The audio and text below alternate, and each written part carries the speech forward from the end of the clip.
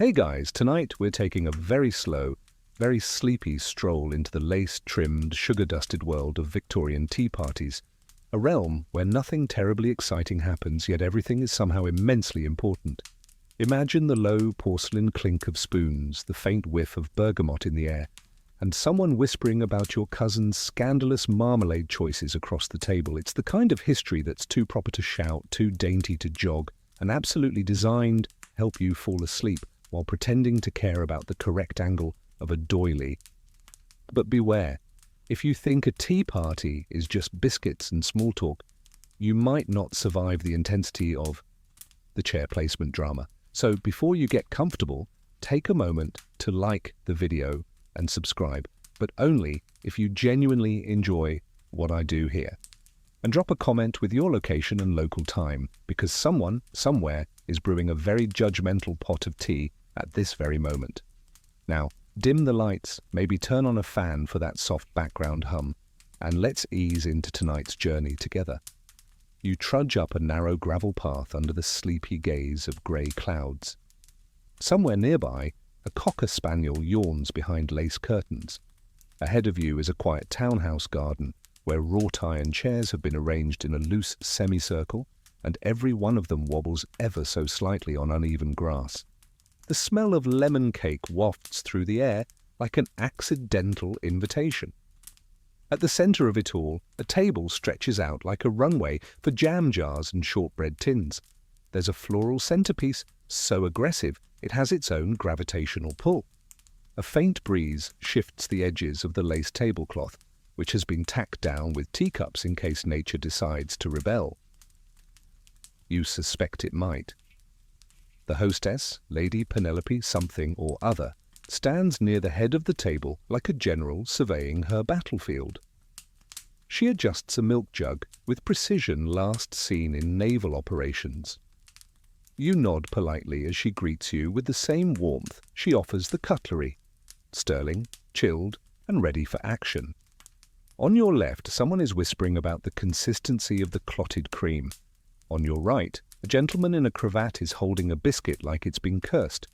You're beginning to realize that for something as seemingly peaceful as a tea party, there are rules, unspoken ones, deeply judged ones. The table is a map of diplomacy. You don't just grab a scone, you wait to be offered one. You don't pour your own tea, you nod faintly at the person beside you and hope they interpret your thirst correctly. Sugar? Only one cube, or you'll be mentally grouped with anarchists. Lemon slice? Only if you're in mourning or pretending to be. You're handed a porcelain cup so thin it might dissolve if you look at it too firmly. The tea within is somewhere between warm and indifferent. You sip carefully, unsure whether to compliment it, ignore it, or whisper your will to it. Just as you begin to find a rhythm to the proceedings, lift, sip, nod, smile, repeat. The conversation shifts to weather patterns from 1849. You weren't there, obviously, but you nod in agreement anyway because Geoffrey across the table seems very sure it was positively tropical. The food, for all its visual flourish, is deliberately non-confrontational. Tiny sandwiches filled with cucumber and quiet despair, mini cakes that are mostly icing and social pressure. Even the biscuits crumble as if apologizing for existing. Somewhere in the garden, a bee hovers near a guest's hat but quickly leaves. It too has decided this is not worth the effort. Then there's a moment of tension. The sugar tongs fall. They don't clatter, of course, that would be vulgar, but they do land askew on the saucer of someone with opinions about that sort of thing. Everyone pauses, the wind holds its breath. Lady Penelope lifts an eyebrow and corrects their placement. Catastrophe averted, you glance at the small clock near the teapot, 5:28. Already your body anticipates the slow but inevitable winding down of the event. That clock, by the way, is an antique French carriage clock that's been slightly fast since 1873. No one dares fix it. There's something oddly comforting about the predictability of it all. The measured conversation, the intentional blandness, the absolute refusal to feel anything stronger than mild interest. It's like being gently wrapped in doilies and left in a sunbeam. One guest leans toward you and begins explaining the difference between three kinds of Darjeeling. You nod again, but your mind is already slipping sideways into sleep, like a teaspoon slowly sinking into lukewarm milk. Outside the gates, the world might be modernizing, rushing, revolting. But here, time is steeped in floral china and social expectations, and you, lucky soul, have a front row seat to the slowest performance in Victorian society, a performance that, no matter what, ends politely at 6. Because heaven forbid it run long. You wouldn't want to be caught chewing after the hour. That's when reputations go soggy. You blink slowly as the carriage clock ticks forward. It's 5:30 now, the sky hasn't changed colour, but somehow the light feels aware, like even the sun knows it's nearing the polite exit window and is preparing to bow out behind a cloud. You're not entirely sure what time you arrived at this affair, possibly years ago, but you know without a doubt that it will end at precisely 6. Not 5:58, not 6:02, 6 sharp. A time so sacred to the Victorian tea ritual that even the Queen herself could have burst through the hedge, yelling about an empire, and someone would have politely handed her a slice of Madeira and asked her to mind the time. But why 6? Why did this particular hour become the magical moment when the kettle was silenced, the biscuits retired, and conversation began its slow death spiral? Well, the simplest answer is dinner.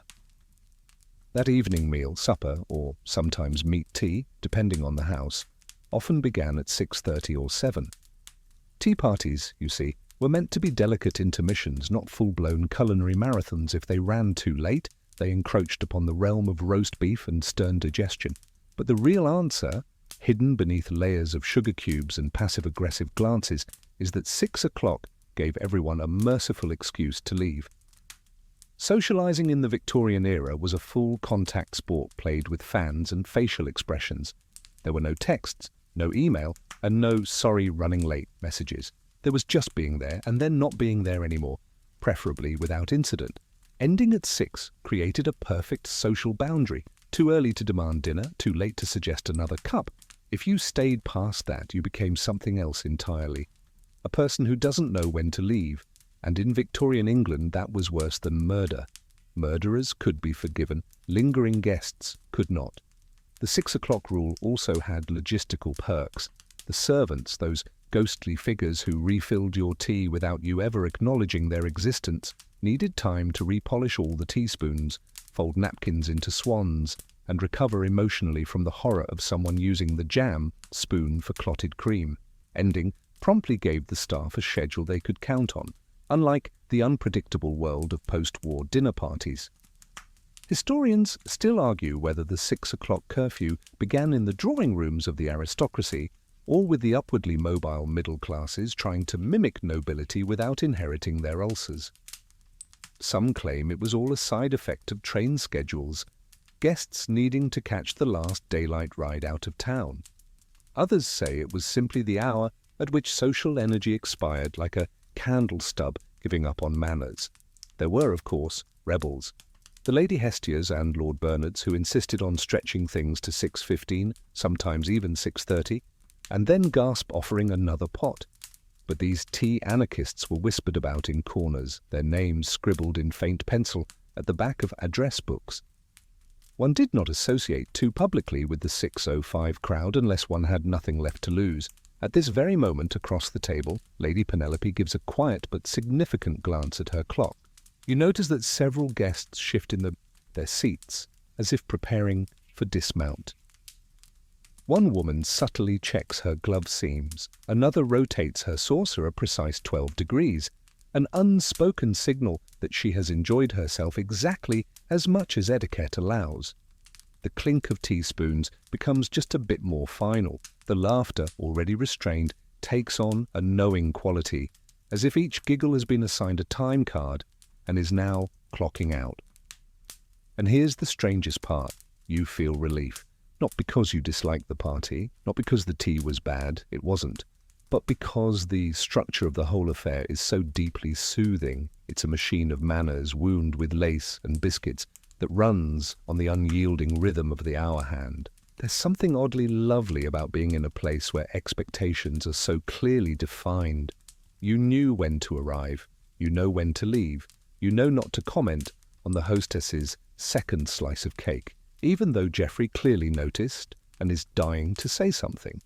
Of course, not every tea party achieved this graceful ending. Some ran late due to scandalous weather or a particularly heated debate about whether scones should be sliced or pulled apart by hand.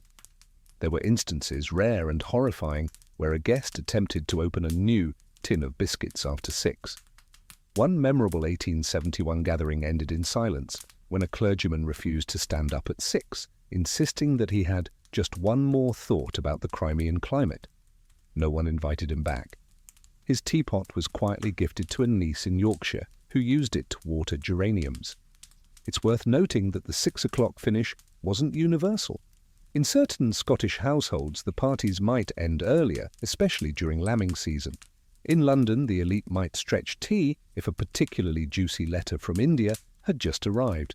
But these were exceptions, not the norm. Most of the time, 6 was the golden hour. And as you sit back and watch the guests begin their slow-motion exit, the way their voices soften, their movements become more precise, their expressions relax like they've just completed a complicated ritual. You feel it too. The gentle click of a final teaspoon, the hush of wind through hydrangeas, the flutter of a napkin being refolded, all leading to that soft, unquestioned moment where conversation ceases not because there's nothing left to say, but because the clock has spoken. 6. Precisely. By the time the small hand hits 6, the transformation is nearly complete. What had once been a garden buzzing gently with floral chatter now becomes a hush in tweed. You're still in your seat, watching it unfold like a well-rehearsed play, and yet, like fog creeping through a cobblestone alley, it all happens so quietly, so inevitably, you almost miss it. Teacups are returned to saucers with the gravity of royal decrees. Plates are cleared with faintly apologetic expressions. One gentleman does the unthinkable. He buttons his coat while still seated, a sign that his mind has already left, even though his body must linger just a minute longer to satisfy propriety. And at the head of the table, Lady Penelope herself stands, not abruptly, not dramatically, just rises. The act alone is enough to send a soft wave through the guests. Chairs creak politely, hats are lifted, and the party as a whole enters its final choreographed motion, the departure waltz. But before we stroll too far into that slow exit, let's pause and pay tribute to the unlikely hero of the Victorian tea party, the mistress of spoons. Now this wasn't an official title, but every proper gathering had one, an unspoken leader who monitored the milk ratios, sniffed out sugar imbalance, and silently judged anyone who stirred counterclockwise. Sometimes it was the hostess. Other times it was an elder aunt with a spine of steel and a hat full of judgment. In rare cases it was a man, but only if his moustache had sufficient gravity. You might think this role was ceremonial. Oh, sweet summer child. The mistress of spoons controlled the very rhythm of the gathering. She decided when the second pot was acceptable, when the lemon slices should retreat to the shade, and when the shortbread had passed its moment of maximum crispness. Her power was immense and totally undocumented. Take Lady Octavia, for example, a name that sounds like it should come with a minor thunderclap. She once famously interrupted an entire anecdote about a near duel in Sussex to correct the slant of a jam spoon. Not because it was urgent, but because it was incorrect, and that mattered more. Historians still argue whether the mistress of spoons role evolved organically or was a deliberate response to the chaos of early tea culture, which, believe it or not, was wild. In the mid-18th century, tea was so novel it was stored under lock and key. Guests were unsure how to drink it. Some poured it into bread, others tried to chew the leaves. It was bedlam with bone china. So the mistress of spoons emerged as a kind of cultural compass, a tea whisperer, someone who could look at a plate of biscuits and know which ones should be offered first, which were decorative only, and which had been overbaked by cook, who would later receive a withering glance in the kitchen doorway. And she never had to say a word. She just tapped the sugar tongs gently, tilted her head toward the cake stand, blinked in a certain rhythm, and suddenly everyone at the table adjusted accordingly. You remember one, don't you? At your last tea party. That quiet woman in grey with the ring that looked suspiciously like it had a family motto etched into it. She didn't eat much, but the whole table moved when she lifted her spoon. That's legacy. That's power. Back at Lady Penelope's garden, the current mistress of spoons, possibly Penelope herself, possibly the woman in plum with the eerie stillness, is now engaged in the final act of her subtle dominion, utensil alignment. She adjusts the silver tray by exactly 3 degrees. You can't see the difference, but you feel it. The party's pulse slows. Meanwhile, someone murmurs about having enjoyed the gooseberry jam. Quite a surprise, really. Another agrees in tones just above ambient nature sounds. One guest chuckles and then apologizes for being too loud. You check the table again. A small pyramid of used teaspoons has begun to rise near the center. It's the universal signal of tea's end, the metal equivalent of closing credits. No one dares disrupt it. It is the quiet monument to what has passed and what will not be refilled. Nearby, the young Mr. Alderwick, who arrived late, stained his cuff, and now clearly regrets his existence, attempts a last-minute conversational spark about Eastern trade routes. The table collectively ignores him in perfect silence. You watch as he wilts. Lesson learned. And then comes the final nod. The mistress of spoons, satisfied, leans back in her chair. Not a full recline, just enough. And that's the cue. Guests begin their slow rise. Some murmur appreciation, some feign reluctance. One woman compliments the subtle floral notes of the tea in a tone suggesting she's still not quite forgiven her neighbor for chewing too loudly. You stand too and feel as if you've woken from a trance woven in chamomile and chair creaks.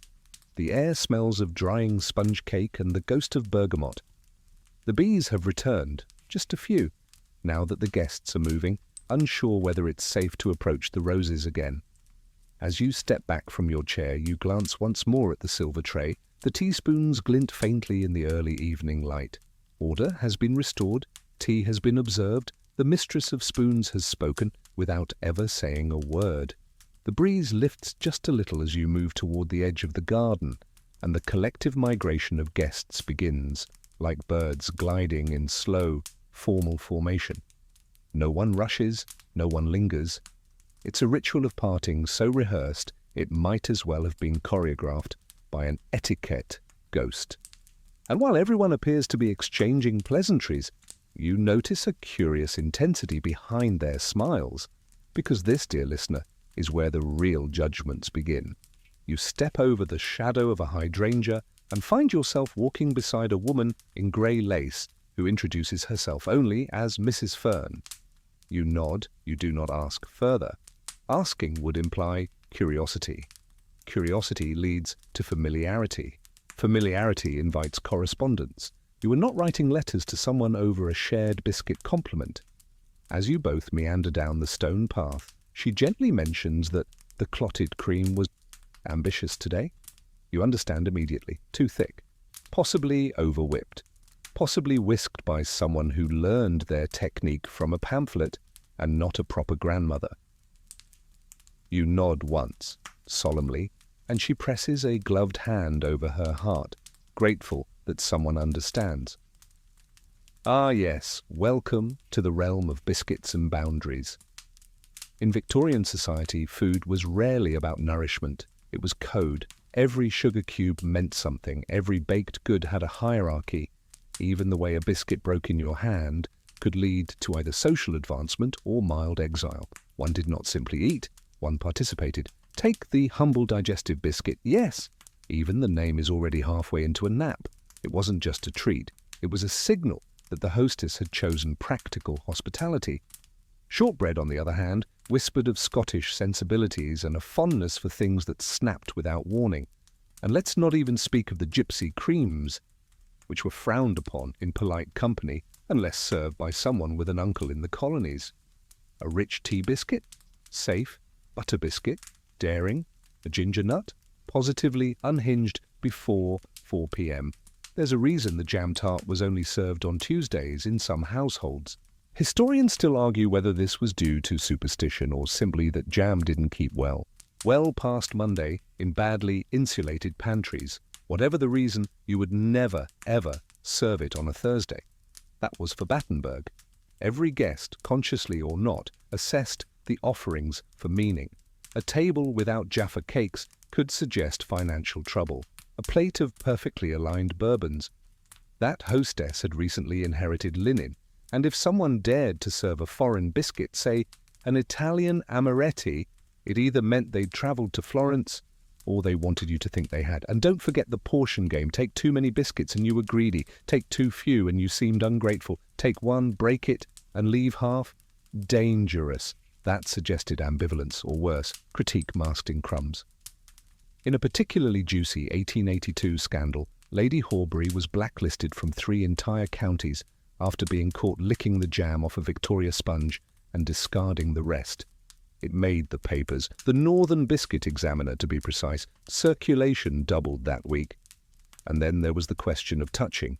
You never touched a biscuit directly, you used tongs, or, failing that, the proper fingers, index and middle only, with pinky elevated. Touching a biscuit with the same hand used to adjust a hat? Barbaric. You might as well eat it off the floor. This endless dance of dairy and decorum was precisely why the Tea Party had such staying power. It was safe warfare, all the thrill of social competition, none of the bloodshed. You could triumph with a perfectly timed comment about lemon drizzle, or be utterly destroyed by misjudging the density of a Madeira loaf. Back at the garden gate, the conversation ebbs and flows like a tide of sighs and self-editing. Someone murmurs about the lack of seed cake. Another says it's a shame the strawberry jam was so forward. You nod along, not because you have an opinion, but because the rhythm of nodding feels expected. Mrs. Fern stops beside the rose archway and, as she adjusts her shawl, casually drops a comment. Do you think Penelope's started ordering from the shop in Notting Hill? It's a bomb disguised as a whisper. The shop in Notting Hill was infamous for its pre-baked goods. Delicious, yes, but bought, not baked. You inhale. You exhale. You offer a neutral. It had a certain efficiency. She smiles. You've passed the test. Neither confirm nor deny. Float on a cloud of plausible politeness.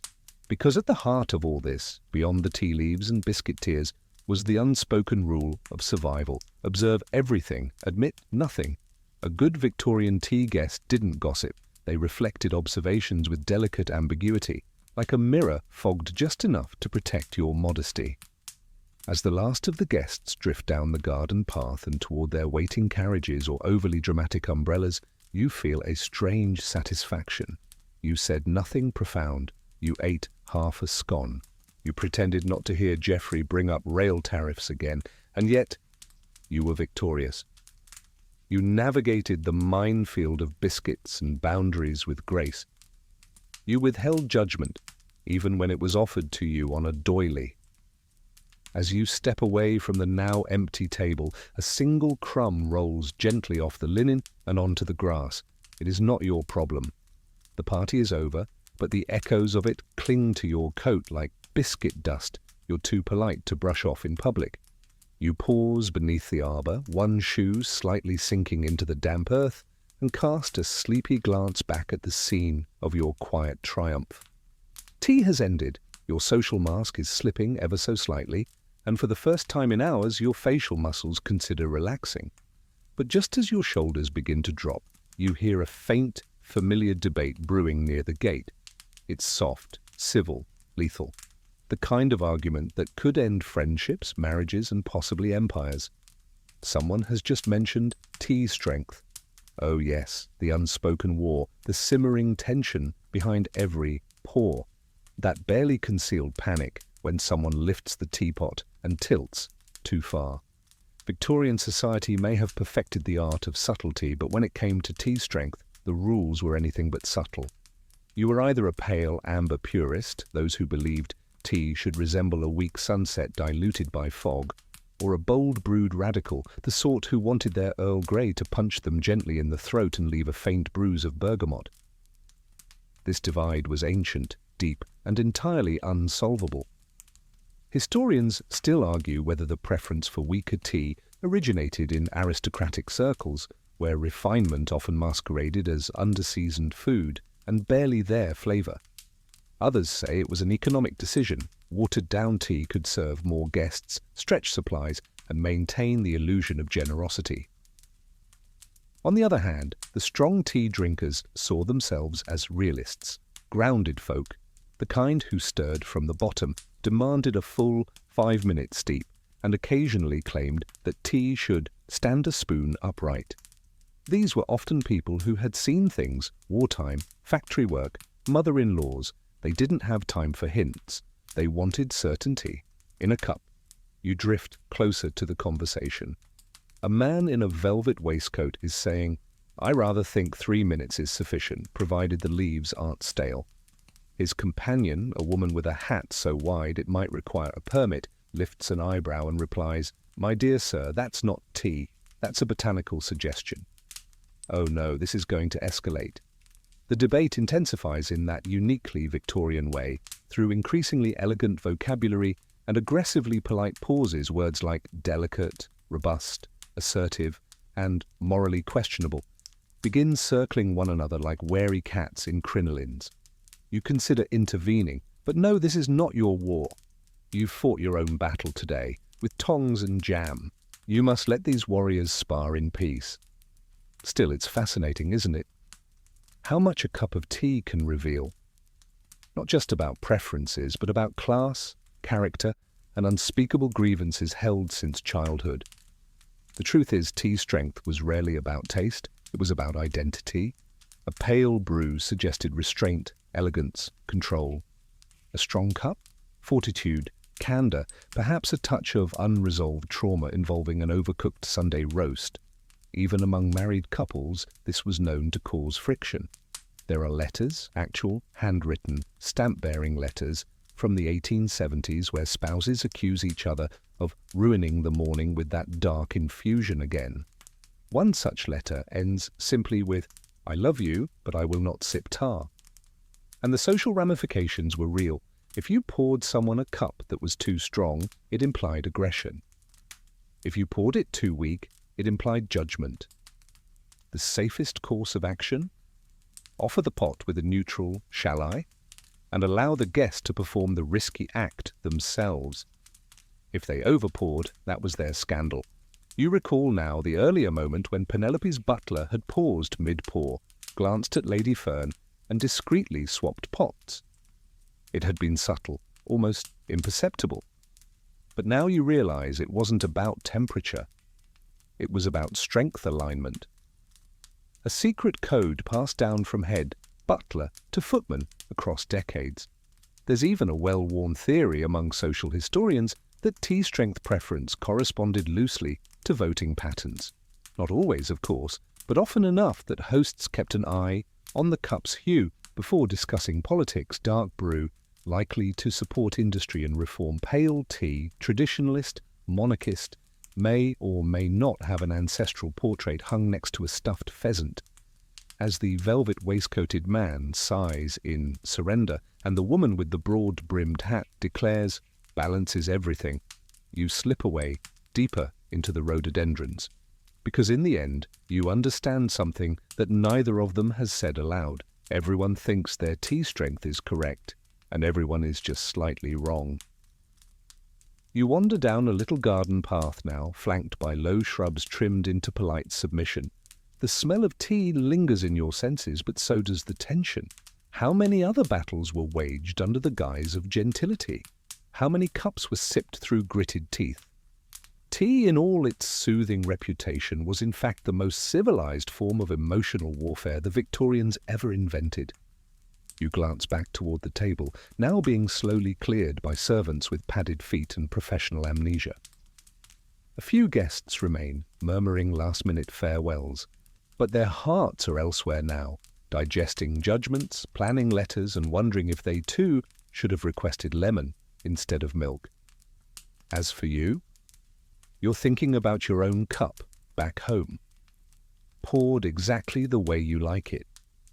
No questions, no tongs, no judgment, Just you and the warmth and the steady, faithful strength of a brew you chose for yourself. You make your way across the fading garden, passing under a trellis that smells faintly of old roses and successful marriages. The last of the tea drinkers have begun drifting indoors or into carriages, their footsteps muffled by grass and quiet dignity. But before the party truly dissolves, you come to a moment that all guests must face, the sitting dilemma. Specifically, how to sit down in a crinoline. Oh, yeah, let us be honest. The Victorian era, for all its poise and lace, had one truly absurd fashion choice that still echoes through costume dramas and the occasional haunted museum mannequin, the crinoline. A marvel of structural engineering and social sabotage, this cage-like contraption was worn beneath skirts to achieve that classic bell shape, wide enough to inconvenience everyone in a 5-foot radius and stiff enough to take out a small dog on a breezy afternoon. Wearing a crinoline was already a feat of balance and spatial awareness. But sitting, teeing down in one? That was a ritual more complex than most religious ceremonies. You watched earlier as one poor woman attempted to sit on a wrought-iron garden chair. Her first attempt ended with the skirt rebounding like a tent being attacked from below. The second involved a complicated backwards maneuver resembling a shy ostrich trying to parallel park. A nearby maid casually nudged the chair into position, having clearly seen this play before. Historians still argue whether the widespread adoption of crinolines was a fashion innovation or a cosmic joke. One theory posits that the expanding width of skirts symbolized increasing domestic power. Another suggests it was simply to keep men at bay, literally. With a crinoline, you had a built-in safety radius. Romance could only approach from approved angles. But whatever the origin, by the time tea was served, you had to be seated, and not just anywhere. Chairs were arranged with painstaking precision to accommodate the spread. Too close together, and it became a polite bumper cart disaster. Too far apart, and you had to shout your opinion on jam across the begonias. There's an entire forgotten art to sitting in a crinoline gracefully. First, you must hover like a bird of prey, but slower and with more embroidery. Then you align the hoops with the back of the chair, making sure none of them buckle or fold under, which would signal weakness. Finally, you descend. Not all at once, no, you lower yourself as though the chair might object. And once seated, you must remain perfectly upright, lest your skirt rise in rebellion and obscure the entire table.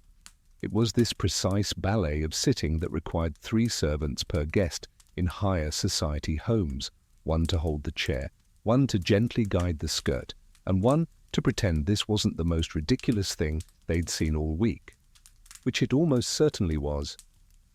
You remember Lady Adela, her entrance a few minutes before the tea began?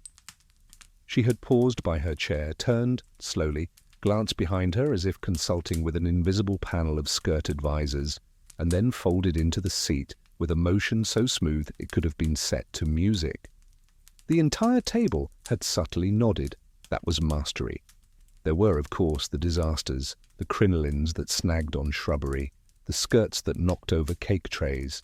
One particularly memorable garden tea in 1866 ended early when a guest attempted to sit on a bench and instead catapulted herself into a fountain. For guests without servants or those attending more modest teas, chairs were often reinforced or widened to accommodate the structural demands. And if they weren't, you stood gracefully for hours while pretending to admire the hydrangeas. But the chair wasn't the only battlefield. Crinolines were also the sworn enemy of chair legs, specifically exposed, curved, turned leg furniture. The Victorians were famously bashful about anything resembling human anatomy, and so they often draped chair legs in fabric to avoid potential scandal. Yes, chair modesty was a real concern. A well-bred woman might refuse to sit on a chair unless its legs were properly covered. Uncovered legs, especially if curved, were considered suggestive. Of what exactly, no one dared say. But the implication loomed large and lacy. So while the ladies hovered, aligned, and descended, the chairs themselves sat bashfully under little petticoats of their own. You sit now, yourself, on a bench under a tree. No crinoline, no footman, no judgment, just you, the fading scent of tea, and the memory of a dozen skirts shifting like sails in the afternoon breeze, and you realize the entire event was designed for the long pause, not excitement, not surprise, just a gentle unfolding of customs that allowed everyone to say, do, and feel. Nothing urgent. That, more than anything, was the real luxury.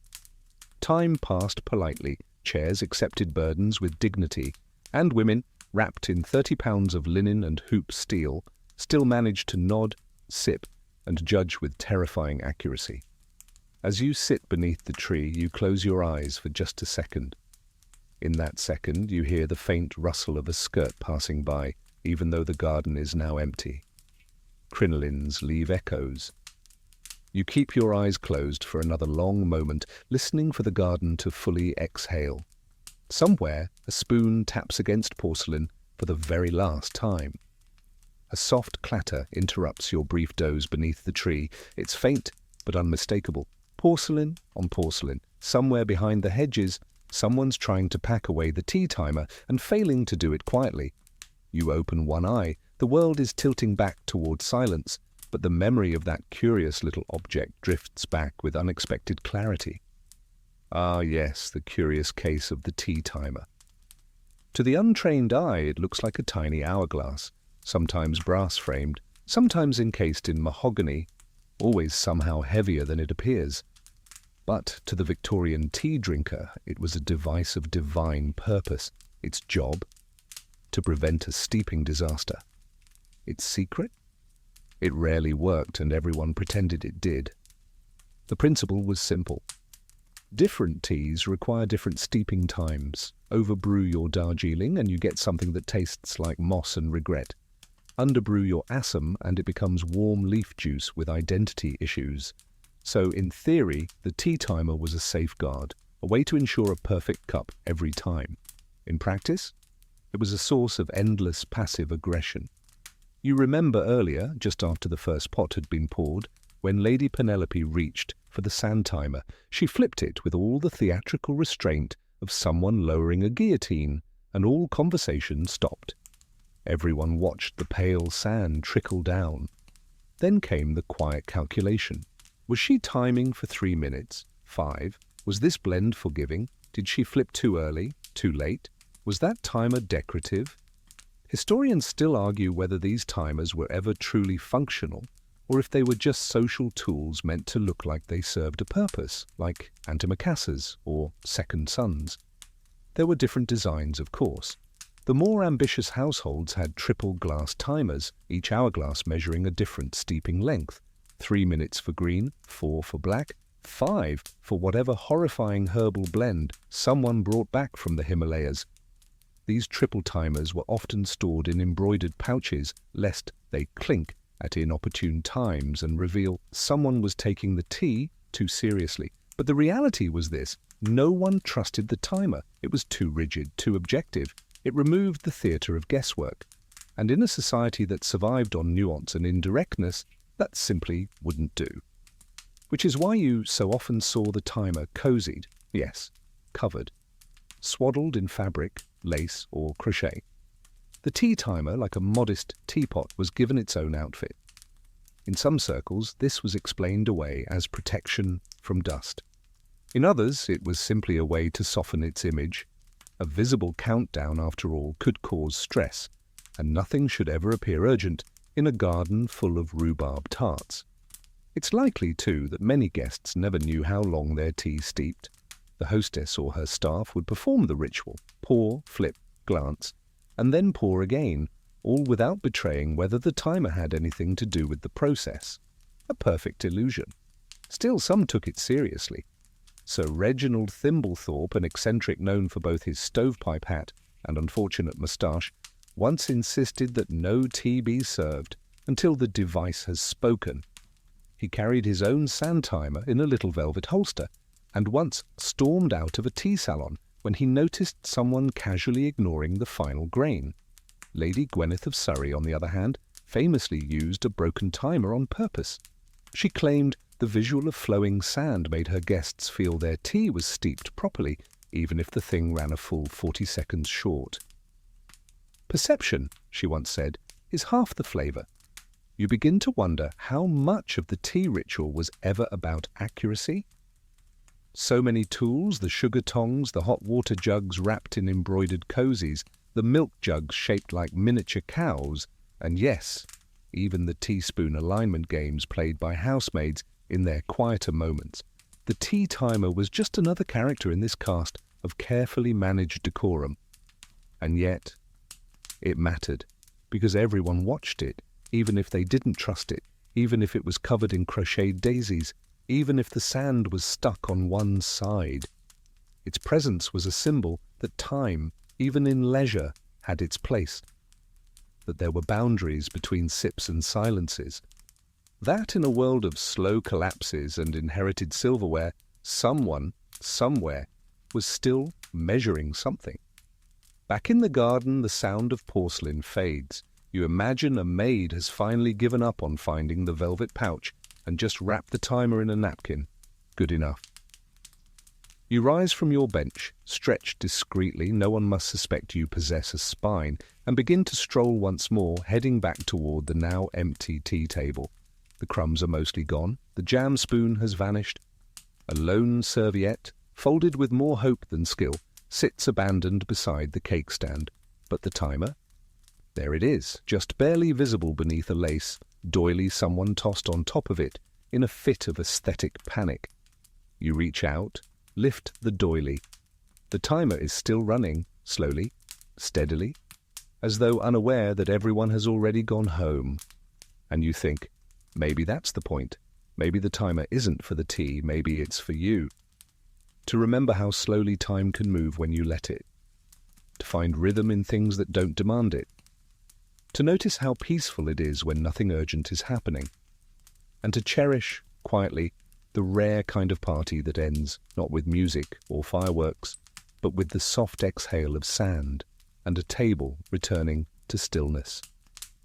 You drift away from the tea table, stepping lightly over the last shadows of crustless sandwiches and polite intentions, and find yourself standing near a low-side table stacked with cloth napkins, each folded like a small origami thesis. Some are triangles, others fans. One appears to be a swan with performance anxiety. You reach out to adjust it and pause, because you know what's coming next. Napkin folds, the quiet battlefield of linen, and the source of more coded meaning than any polite society should have been trusted with. Victorian tea parties didn't just serve tea, they delivered miniature psychological profiles on pressed cotton squares. The way a napkin was folded, offered, placed, and even retrieved spoke volumes about one's social standing, recent travel, romantic eligibility, and likelihood of snitching during a board game. You remember being handed your napkin earlier, gently slid across the table by a woman who hadn't made eye contact with another person since 1854. It was folded into what you believed was a water lily, though someone else later claimed it was clearly an upturned Cornish crown. You nodded either way. Historians still argue whether elaborate napkin folds emerged as a sign of rising middle-class aspirations or as a coping mechanism for people who were slowly losing their minds from all the not talking about real things they had to do. Either way, it became an art form, and like most Victorian art, was deadly serious. There were instruction manuals, entire pamphlets devoted to proper folding technique. The bishop's mitre was popular among clergy households, though many laypersons folded it wrong and accidentally invoked minor heresy. The cock's comb was popular at parties that flirted with flamboyance, but only before sunset. The double tulip was reserved for anniversaries or particularly tense reconciliations. And of course, the married ladies' fan, which you could only use if you were married. You were still happily married. You owned at least 3 pearl brooches. Folding the wrong napkin at the wrong event was like arriving in black at a wedding or whistling during a eulogy. No one would say anything, but your name would be quietly crossed off invitation lists with ink so thin it looked like forgiveness. But napkin folding wasn't just about the shape, it was also about placement. Was it on your seat or on your plate? Was it presented open or closed? Was the embroidered corner facing outward? Did it bear the hostess's initials, or worse, someone else's? You once heard of a party where the napkins bore the wrong monogram, leading to a 3-month Cold War between two families and the reassignment of a trusted footman. Mistakes like that weren't just etiquette breaches, they were family scandals in slow motion. There was also the issue of when to use it. You don't just grab the napkin. No. First, you acknowledge it with your eyes. Then, if someone else begins unfolding theirs, you may follow, but only if you're not seated closer to the hostess than they are. Otherwise, you risk appearing to take initiative, which could be interpreted as either independence or aggression, sometimes both. Napkin behavior was such a finely tuned ritual that even how you refolded it revealed things. Folding it neatly, you enjoyed the event. Leaving it loosely on your chair, you had reservations. Balling it up like a used tissue, you were French, probably. Some households kept coded embroidery stitched subtly into the fabric. A tiny green leaf in one corner could indicate vegetarian options, rare but existent. A blue thread might signal that the guest had previously spilled red wine and was being watched. One ambitious hostess in Bath developed an entire napkin color system that resembled semaphore. She was later advised to rest. The truth was, napkins were just another layer in the slow, layered millefeuille of Victorian communication. Everything meant something, but no one ever said anything. You remember Geoffrey, yes, Geoffrey, who earlier in the afternoon had looked positively haunted by his napkin. It had been folded into a shape that neither he nor anyone nearby could confidently name. He had stared at it like it was a Rorschach test designed by someone with a grudge. In the end, he dabbed his mouth with the edge, murmured something about a curious peony, and tucked it into his lap like he was hiding contraband. And honestly, that's how most people handled it, with a brave face, a little linen, and the silent, constant prayer that they weren't doing anything that might be discussed later over the brandy decanter. As you stand now, looking at the side table stacked with misaligned napkin artistry, you feel an odd affection for the whole charade. There was comfort in its structure, in the sense that somewhere someone had taken the time to fold a square of cloth into a symbol of civility, absurd though it might be. You pick up a napkin and give it a gentle flick. It unfolds with the grace of a sigh and flutters in your hand like a weary dove. No scandal, no judgment, just a piece of fabric trying to be helpful. You place it back, not refolded, but draped gently. Let the next person interpret it however they wish. You wander further, the napkin folds behind you now, slipping into the tapestry of strange customs and linen-based tension. Your shoes crunch softly on a gravel path, edged by hedges trimmed within an inch of their dignity. Somewhere nearby a bird calls once and then seems to think better of it. You round the corner of a hedge and find yourself at the drinks table, nearly cleared now, save for a lone silver bowl of sugar cubes, and beside it a small set of glinting sugar tongs resting on a plate like retired dueling pistols. Ah, sugar tongs.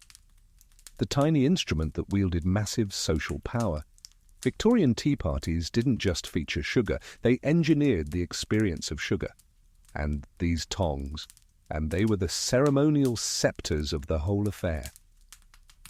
You pick them up now just to feel their delicate pinch, a little awkward, a little slippery, as though they've never quite gotten over the fact they aren't chopsticks. The ends are scalloped like miniature seashells. The shaft is engraved with a discreet monogram, PSW. Penelope's, of course, or possibly her aunt's. These things are passed down like shame and porcelain.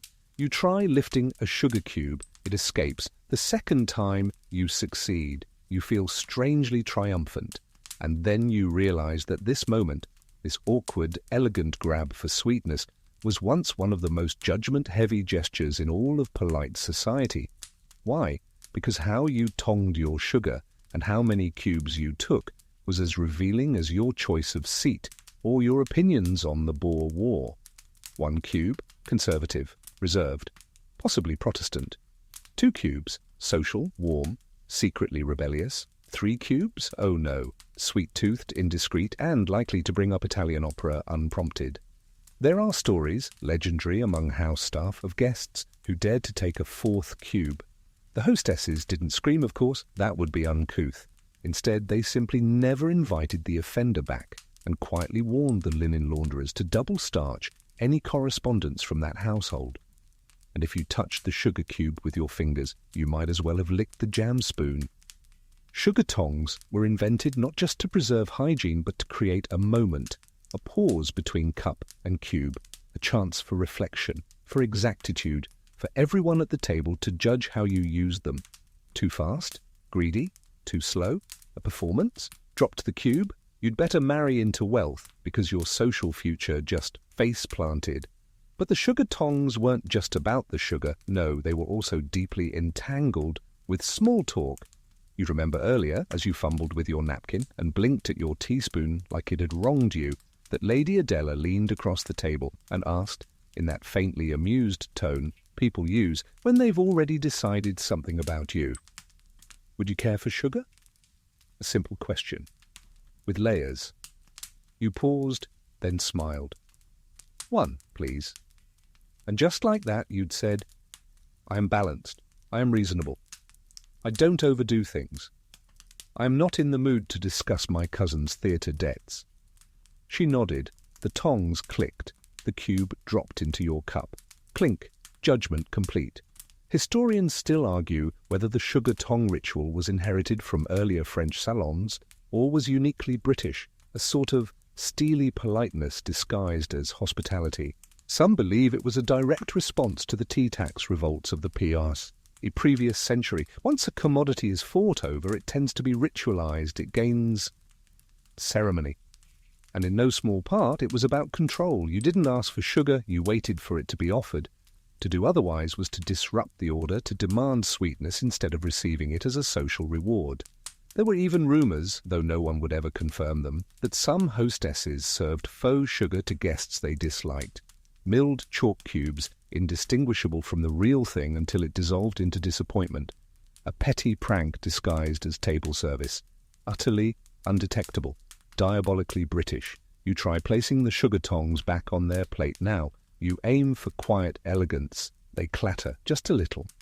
Enough to get you disinvited in certain counties. You wince, laugh softly to yourself, and step back.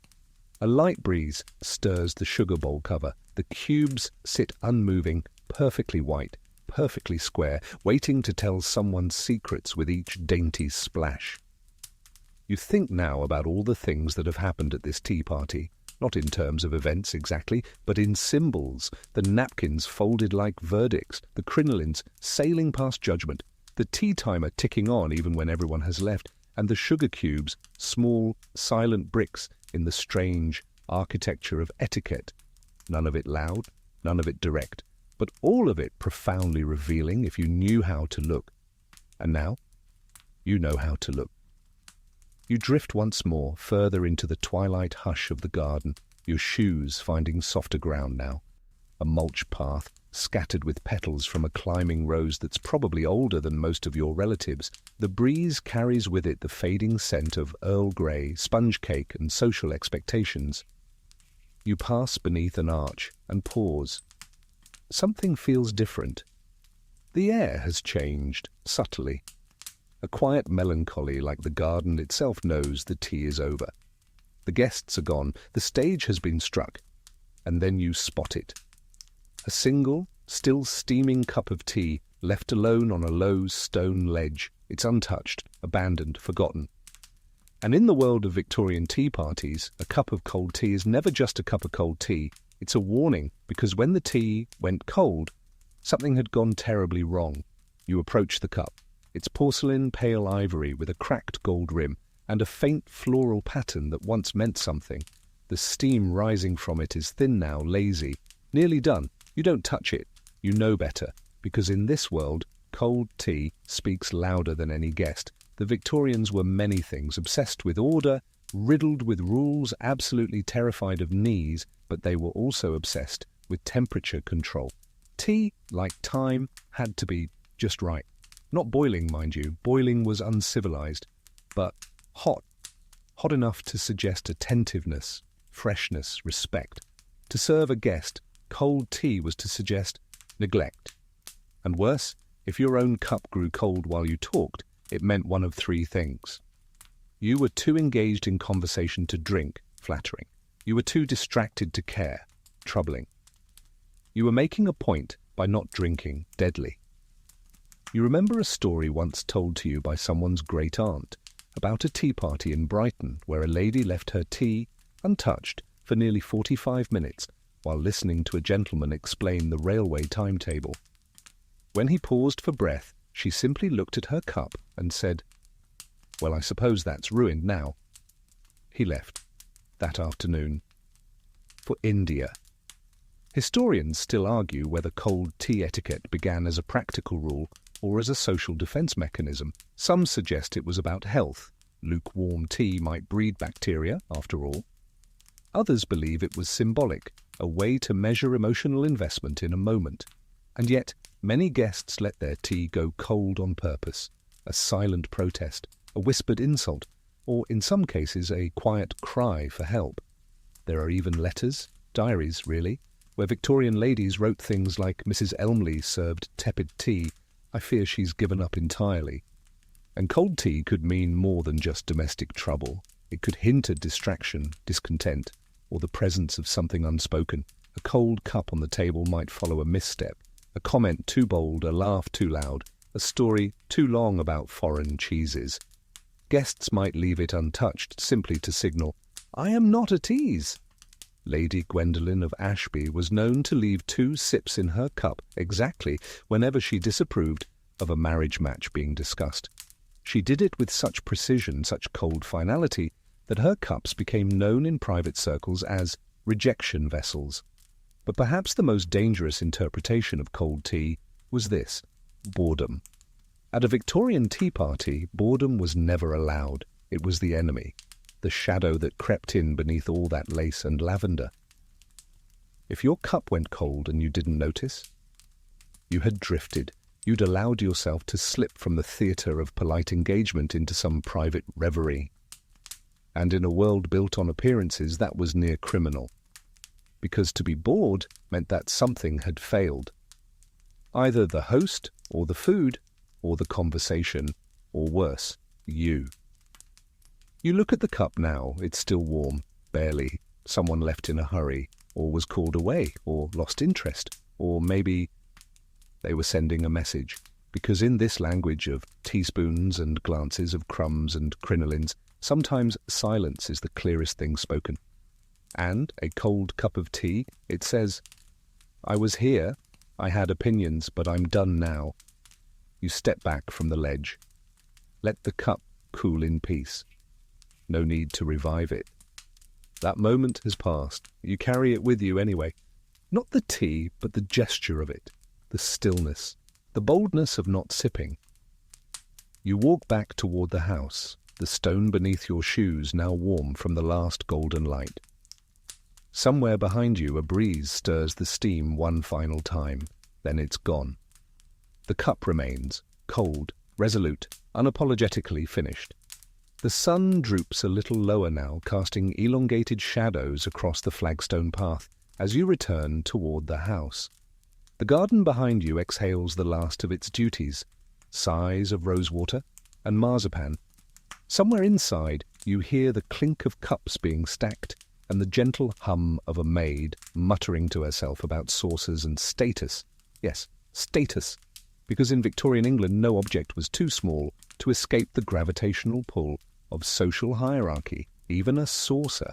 And if you thought a teacup was just for tea and a saucer just to catch the drips, oh no, tonight we're stepping into the quiet porcelain battlefield of saucers as status symbols. You find yourself near a sideboard now where the leftover china rests in a neat little army of floral obedience. Dozens of saucers, no two quite the same. Some have dainty gold rims, others plain cream edges. One seems to be entirely pearl-glazed and absurdly wide, as though its only purpose was to support someone's ego. You lift a delicate pink one and trace the ridged border. It hums faintly with importance. Because here's the thing.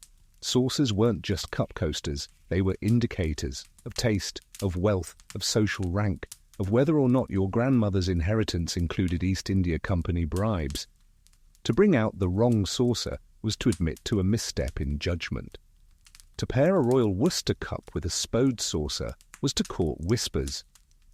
To use mismatched china at all, that suggested disorder in the household, or worse, emotional instability. Some even believed mismatched sets heralded domestic unrest. And yes, entire engagements were broken off over this.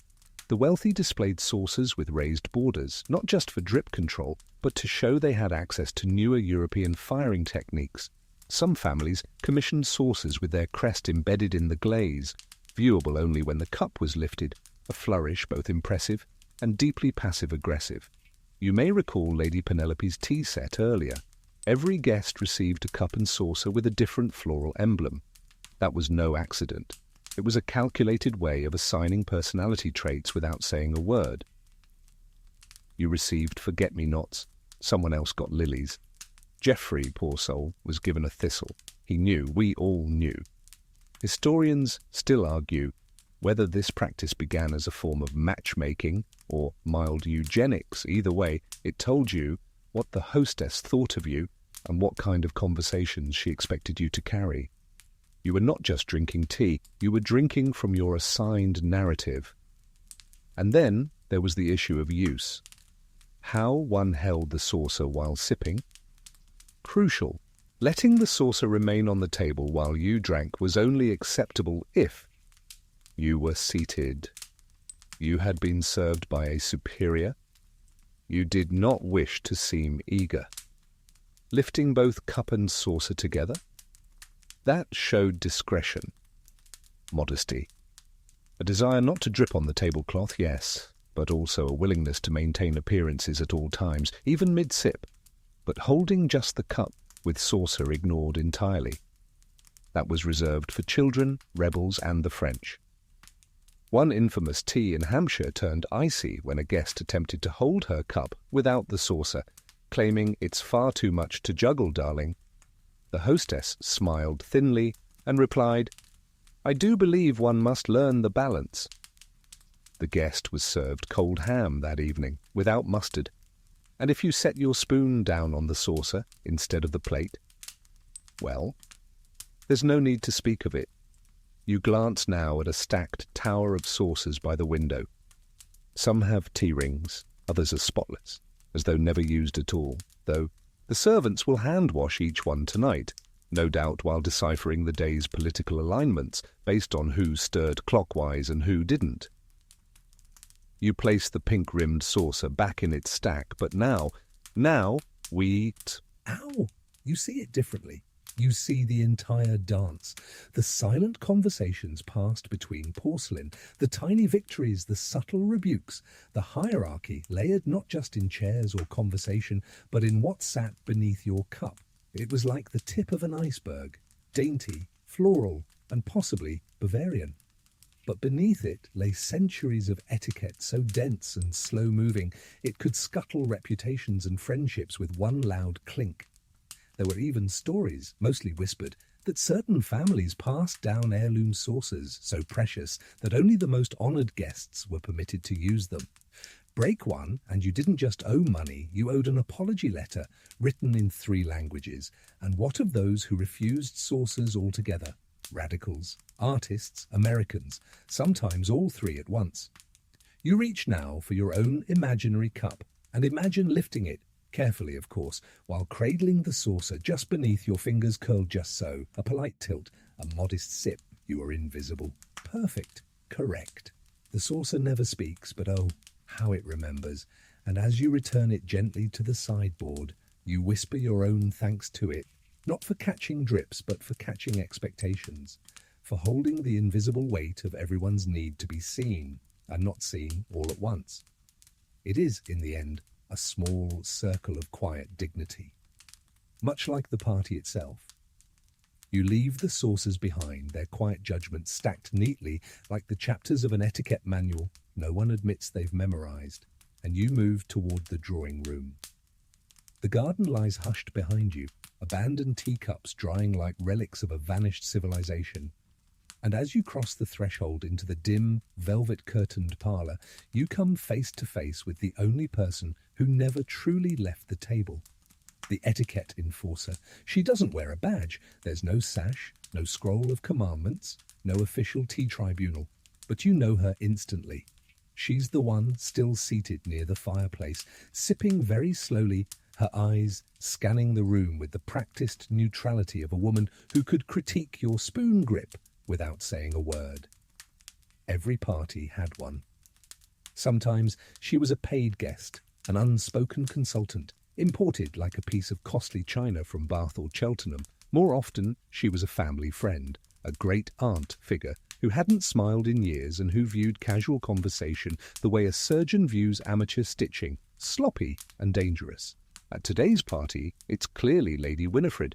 You spotted her earlier, seated at the very edge of the gathering, halfway submerged in velvet upholstery, holding her cup with both hands like a judgmental squirrel. No one dared sit too close. Even the most confident guests treated her like a statue that might speak if the wind shifted. The etiquette enforcer didn't need to correct anyone aloud. She simply existed.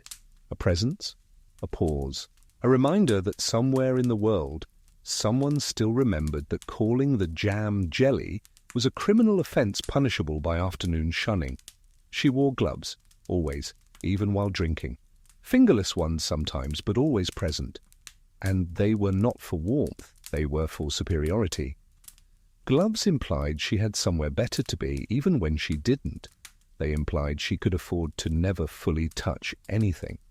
She also possessed the one thing that frightened every hostess more than a scorched sponge cake: a memory.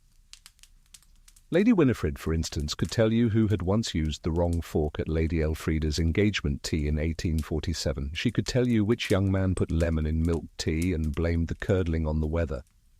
She could, and sometimes did, whisper the phrase second paw etiquette breach and end a social career. Historians still argue whether such figures were born or made. Some say they were widows with too many napkin rings. Others believe they were ex-governesses promoted through sheer unflappability. Either way, they occupied a rare and powerful niche, those who remembered the old ways and held everyone else accountable. They were keepers of invisible rule books, guardians of silent glances, defenders of the sanctity of chair angles. But their true strength lay not in what they enforced, but in how they watched. You recall a moment from earlier when young Mr. Finch had leaned back too far in his seat and adjusted his vest in full view of the napkin stack. Lady Winifred didn't flinch. She simply blinked. Once, slowly, he turned red, then pink, then red again, and within 10 minutes he had voluntarily repositioned himself into an entirely new seating posture that historians still struggle to explain. The etiquette enforcer never had to correct you. She let your own conscience do the work. And they always outlasted the party. While others drifted home, while carriages rocked gently out of driveways, she remained. Not because she was waiting for a ride. She never rode. She was delivered like prophecy or furniture. You glance at her now. Lady Winifred sips slowly, eyes not on you but not off you either. Her presence does not command attention. It eliminates excuses. You wonder how many rules you've broken today. Did you stir too close to the edge? Were your teaspoons aligned too rebelliously? Did you pour second before being poured? Did your scone crack unevenly, suggesting lack of control in your personal affairs? She would know. She always knew. And yet, there is comfort in her too, because despite her silent reign of terror, she kept the system afloat. Without her, who would remember that elbows are not for tables, that jam comes after cream in Devonshire, but before it in Cornwall that sugar is offered, not requested? She was the immune system of the tea party, not warm, not charming, but essential, filtering out vulgarity with a glance and reminding everyone, by sheer presence, that some things were still sacred. There's a strange peace in being observed by someone who knows all the rules.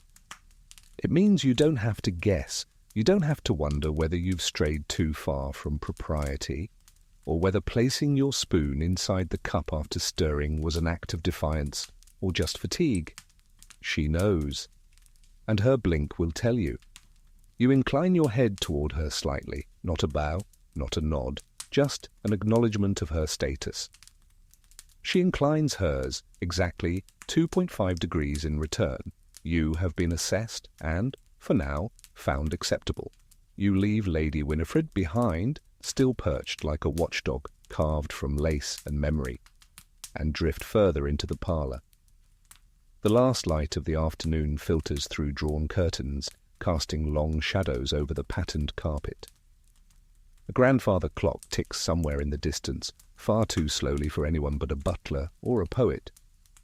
Around you, the last remaining guests sit in low-backed chairs, hands folded neatly, eyes glancing not at each other, but at the clock, because now, at this exact moment, begins one of the most important and underappreciated rituals of the Victorian Tea Party, clock watching for politeness. It's not the same as glancing at your watch to check if you'll miss a bus.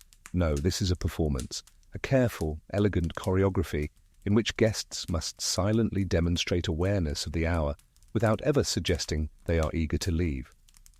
You, too, allow your eyes to travel slowly, languidly, to the clock on the mantel. It's brass, elaborately engraved, the kind of clock that ticks as though it's slightly annoyed at being a clock. The time, 5:53, perfect.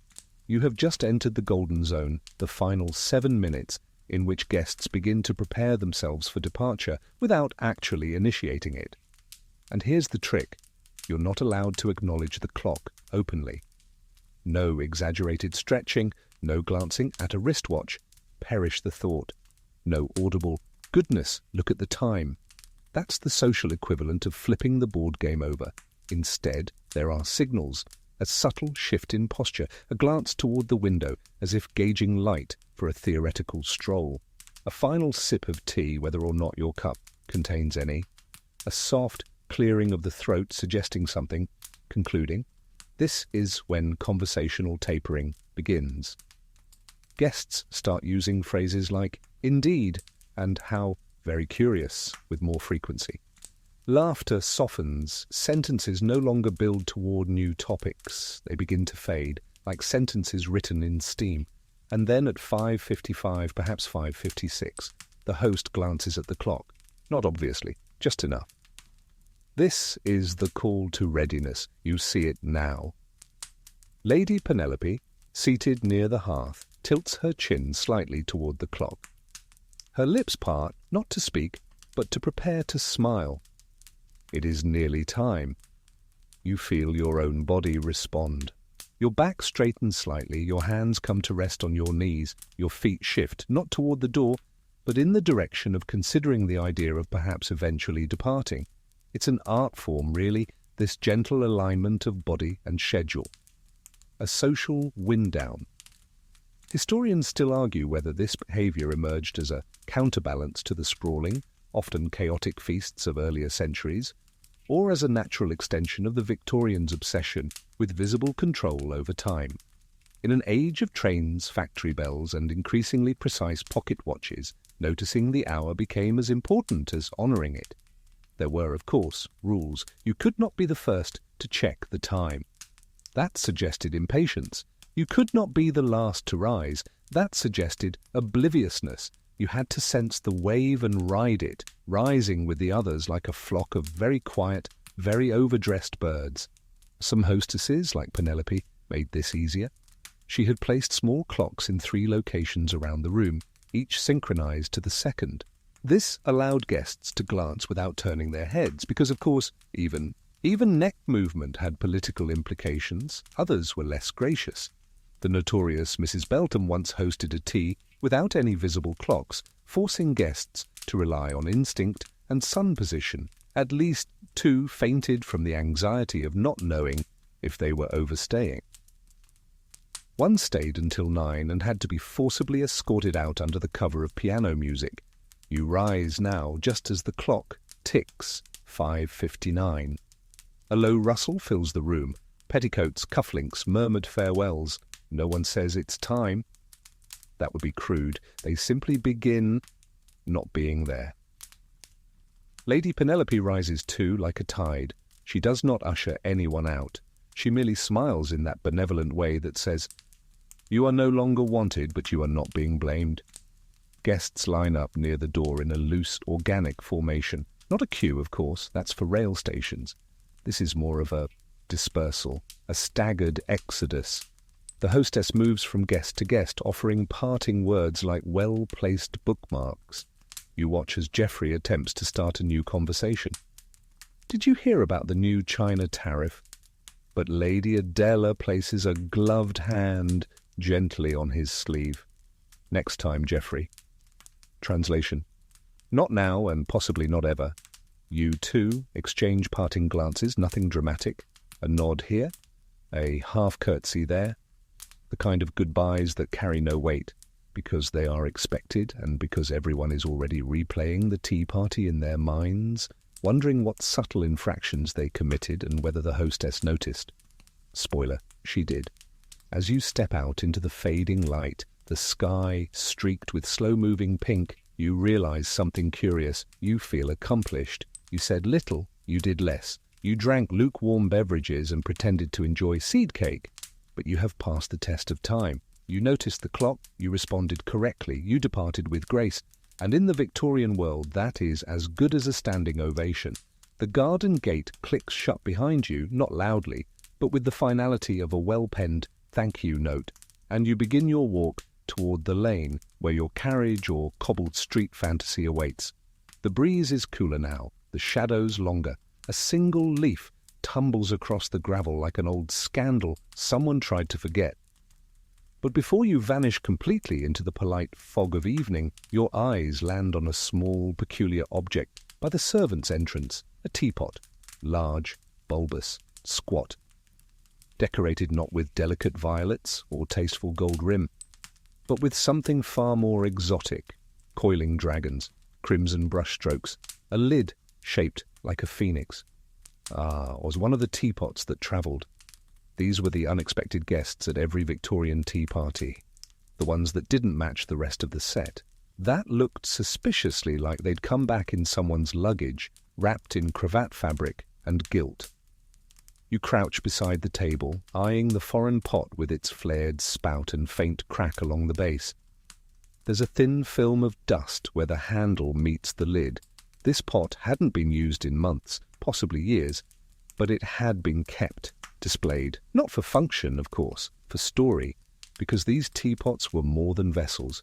They were trophies, symbols, conversations that didn't need to be started because their presence already spoke volumes, imported from India, China, Japan, places most guests would never visit, but loved to reference as if they had.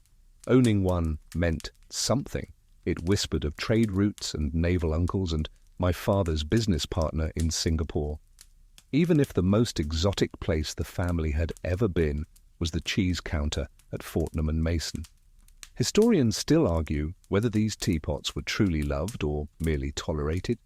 Some believe they were brought back by ambitious men trying to impress their wives, who then had to integrate them awkwardly into otherwise pristine collections of English china. Others claim they were diplomatic gifts, accepted with grace, and then quietly shelved until the right guest came along to be impressed. And that's the thing, the right guest always noticed. Lady Penelope herself had one, you recall. It was brought out on specific occasions, always unannounced, never explained. A vivid blue teapot with gold cranes that only appeared when someone titled or very slightly French was visiting. No one ever poured from it. It simply sat there, glowing softly like a secret. You reach forward and lift the lid of this forgotten teapot by the servant's door. It's empty now, save for a faint scent of lapsang souchong and possibly mothballs. You smile. This one had a life, a journey, possibly a past riddled with lies about spice merchants and opium tariffs. Who knows? Some teapots were legitimate heirlooms brought over in the hold of ships, surviving storms and poorly written customs declarations. Others were less authentic, purchased from shops with too many mirrors and too few receipts. But all were treated with the same reverence, the same vaguely performative awe. There was even a term for them, conversation teapots. They didn't just hold tea, they held attention. They were placed prominently, often on sideboards or elevated trays meant to be noticed. The host might sigh dramatically and say, "Ah, yes, that old thing came back with us from the East," and then say nothing more, letting the imagination do the rest. Some hostesses deliberately mismatched them with the rest of the set, as if to say, "Yes, I know this breaks the rules, but rules are for people without dragon spout teapots." Of course, there were rules for how to display them. The handle should face slightly inward, as if the pot had just turned coy. The spout should angle not toward the door, that implied departure, but toward the seating area, suggesting inclusion. And the lid must never be ajar. A crooked lid suggested instability, or worse, poor housekeeping. There's a famous story, possibly true, certainly embroidered, of a woman in Bath whose imported teapot was accidentally chipped by a guest. She did not react. She simply poured tea in silence, then, after everyone had left, sold the house and moved to Switzerland. You replace the lid gently now and step back. The pot remains on the table, facing east, as tradition demands. And you think about how much of the Victorian world was about appearances, yes, but not in the shallow way we imagine now. Their appearances were structured, carefully chosen symbols, a social language in which a single teapot could say, "We have travelled. We have connections. We understand, but not too much. We own history, even if we didn't make it." And now? Now that pot rests beside a door, no one uses anymore. The story, it told, has gone quiet. Its dragons asleep. But for just a moment, standing there, you hear them again.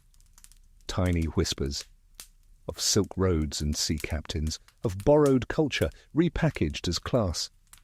And then silence. You walk away, leaving the pot to the twilight, and rejoin the present with the sound of your own footsteps echoing gently across gravel. You follow the path around the side of the house now, where hedges grow taller and the gravel turns softer, almost muffled. The laughter has faded entirely, and the scent of tea is giving way to something more mysterious. Wool polish and chalk, perhaps, and a whisper of camphor from an old wardrobe that's kept too many secrets, because here, just beyond the rose trellis and the linden tree, lies a part of the tea party few ever acknowledge, a quiet absence, a well-maintained omission. This was a world of fine cups and refined company, but it was also, quite deliberately, a world where children were not invited. You stop at the edge of a low wooden gate where a rope swing hangs still from an ancient yew. The grass here is trampled in tiny half-circles, evidence of feet far smaller than the ones wearing buttoned boots inside. And here it is again, the silence of those who weren't allowed in. Victorian tea parties, for all their precision and prettiness, were resolutely adult affairs. The presence of children was considered a threat, not just to the porcelain, but to the entire fragile structure of manners and social storytelling. Children had the audacity to laugh too loudly, to spill things, to ask questions like, "Why is she wearing a curtain?" And worst of all, to speak truth. The kind that slips past your lips before society has had a chance to tie its bonnet. You remember earlier, while crossing the hallway, hearing a muffled rustling from behind a door, likely the nursery. A short thud, a quiet shh. The nursemaids had been told, gently but firmly, that the children were not to be heard. In grander houses, children were taken out during the tea hours, walked up and down gravel paths by governesses who recited scripture and discouraged anything resembling fun. In smaller households, they were simply confined to their rooms and given thick slices of cake to keep them quiet. Some were told it was a holiday, others that tea is for when you're older. Historians still argue whether this exclusion was practical or philosophical. Certainly many adults were afraid that children would upset the fine balance of social theatre, but others believe the Victorian obsession with separating children from adult rituals had more to do with control, of time, of tone, of self. Tea, after all, was about deliberate stillness, the long pause, the drawn-out sentence, the held-back laughter. Children are none of these things. They exist at the mercy of sugar and momentum. They enter rooms like weather fronts, and in a setting where every detail mattered, the lace, the lemon, the tilt of the teaspoon, the unpredictable presence of a child could upend everything. That said, their absence was rarely total. You might see a small pair of shoes under a curtain, a forgotten toy near the door, A half-eaten biscuit not meant for. for adult hands. Sometimes a guest would glance at these relics and smile, faintly, perhaps remembering a time before the napkins mattered. But, for the most part, children remained just beyond the hedge, like ghosts or dreams. There were exceptions. On rare occasions, a child was brought forward at the end of tea, scrubbed and starched, and introduced like a particularly delicate dessert. They curtsied, they bowed, they recited something about robins or harvest. Then they were removed swiftly like a glass too near the edge of the table. You glance now toward the far edge of the lawn, where a skipping rope lies in a perfect circle. No child in sight, just the object, waiting, a symbol of energy withheld. And suddenly you realize the tea party wasn't just an event, it was a protection spell, a way to keep adulthood intact, uninterrupted, undisturbed, a space in which emotions were folded, sugared, and stirred, but never spilled. Where no one ran, or cried, or demanded anything larger than a second slice of cake. It was a world where chaos was banished not by law, but by lace. And so the children waited, beyond the garden, behind the hedge, under the eye of a governess who understood that a single scream could unravel 3 hours of decorum. You step through the wooden gate now and stand among the tiny half-moons in the grass. The rope swing twists gently. There's no wind, just memory. Perhaps one day these children will host their own tea parties. Perhaps they'll remember the taste of exile, or the thrill of sneaking jam from the back pantry. Or maybe they'll remember nothing at all. Just a quiet room they weren't allowed into, and the sound of teaspoons clicking behind a closed door. You leave the children's corner behind, stepping back into a realm of carefully measured silence. The house looms quietly in the dusk now, each shuttered window glowing faintly like an eye, half closed. The door to the drawing room creaks open once more, and you re-enter the now sparse parlour just in time for one of the final, and most delicate, acts of the Victorian tea party. The 5:59 panic. Oh yes, it's real, it's subtle, and it's devastating. This is the moment when you look up and realize with a quiet, bone-deep horror, you are still here. And it is almost 6 o'clock. You weren't meant to lose track of time. No one was, that was the whole point. But perhaps you were enjoying the conversation, or simply paralyzed by the sheer terror of standing up in the presence of Lady Winifred. Maybe you were hoping someone else would move first. Maybe, heaven help you, you thought you had another minute. You didn't. Because in this final moment, Victorian guests began to feel the gentle undertow of social expectation pulling hard beneath their feet. The 5:59 panic was not expressed outwardly, no gasps, no abrupt chair scooting, but you could see it in the eyes, in the hands, suddenly fiddling with gloves, in the slightly too long silence after someone tried to begin a new anecdote. It's a particular kind of horror, the realization that you might become the guest who stayed too long, a reputation no one wanted, ever. To overstay by even 5 minutes was to cast a shadow over your previous behavior. You could have mastered the teaspoons, discussed florals with grace, even complimented the lemon sponge with a poetic flair. But if you were still seated at 6:02, none of that mattered. You were now a lingerer, a loiterer, perhaps even a bore. You glance around the room now. Notice how Mrs. Havisham is suddenly laughing a little too loudly. She's covering. She knows she's late. Notice how Mr. Crowley checks his waistcoat pocket twice in 30 seconds. No watch inside. He's not checking time. He's checking whether anyone saw he forgot to carry a watch. The subtle swirl begins. Guests gather their gloves not because they're cold, but because it signals intent. They touch their hat ribbons. They murmur phrases like, "We really must," and "so lovely," and I hate to tear myself away, which, in the coded dialect of Victorian etiquette, all translate to, am I still safe? Historians still argue whether this hyper-awareness of the hour was a product of train culture, the punctuality it instilled, or simply a result of the era's obsession with dignified exits. Leaving on time wasn't just polite, it was theatrical closure.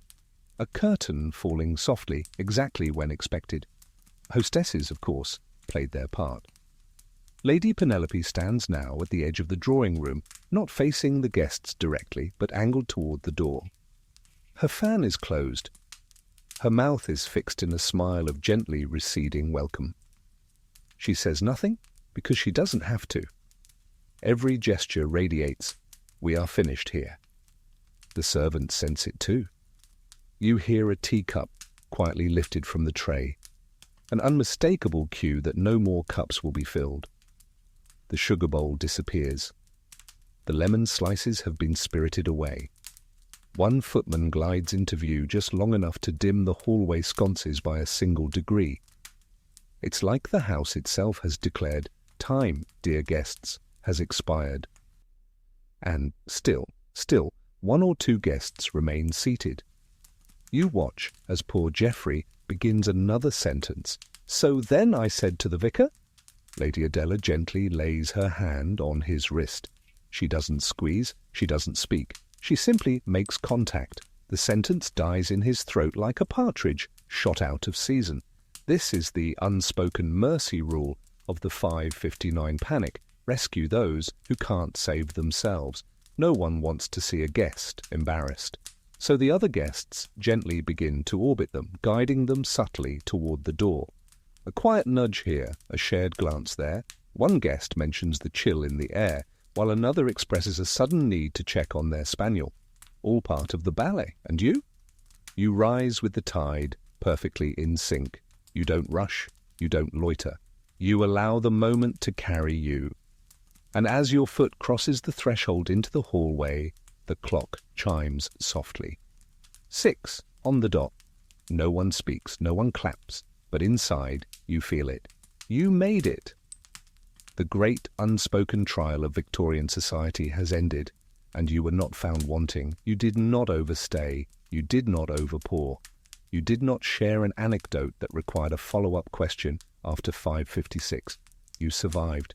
You glance back one final time and catch a glimpse of the drawing room, already half emptied of chairs. The servants move swiftly now, clearing plates and closing doors. The ceremony is over. The spell is lifting. Outside, the lamplighters begin their slow march.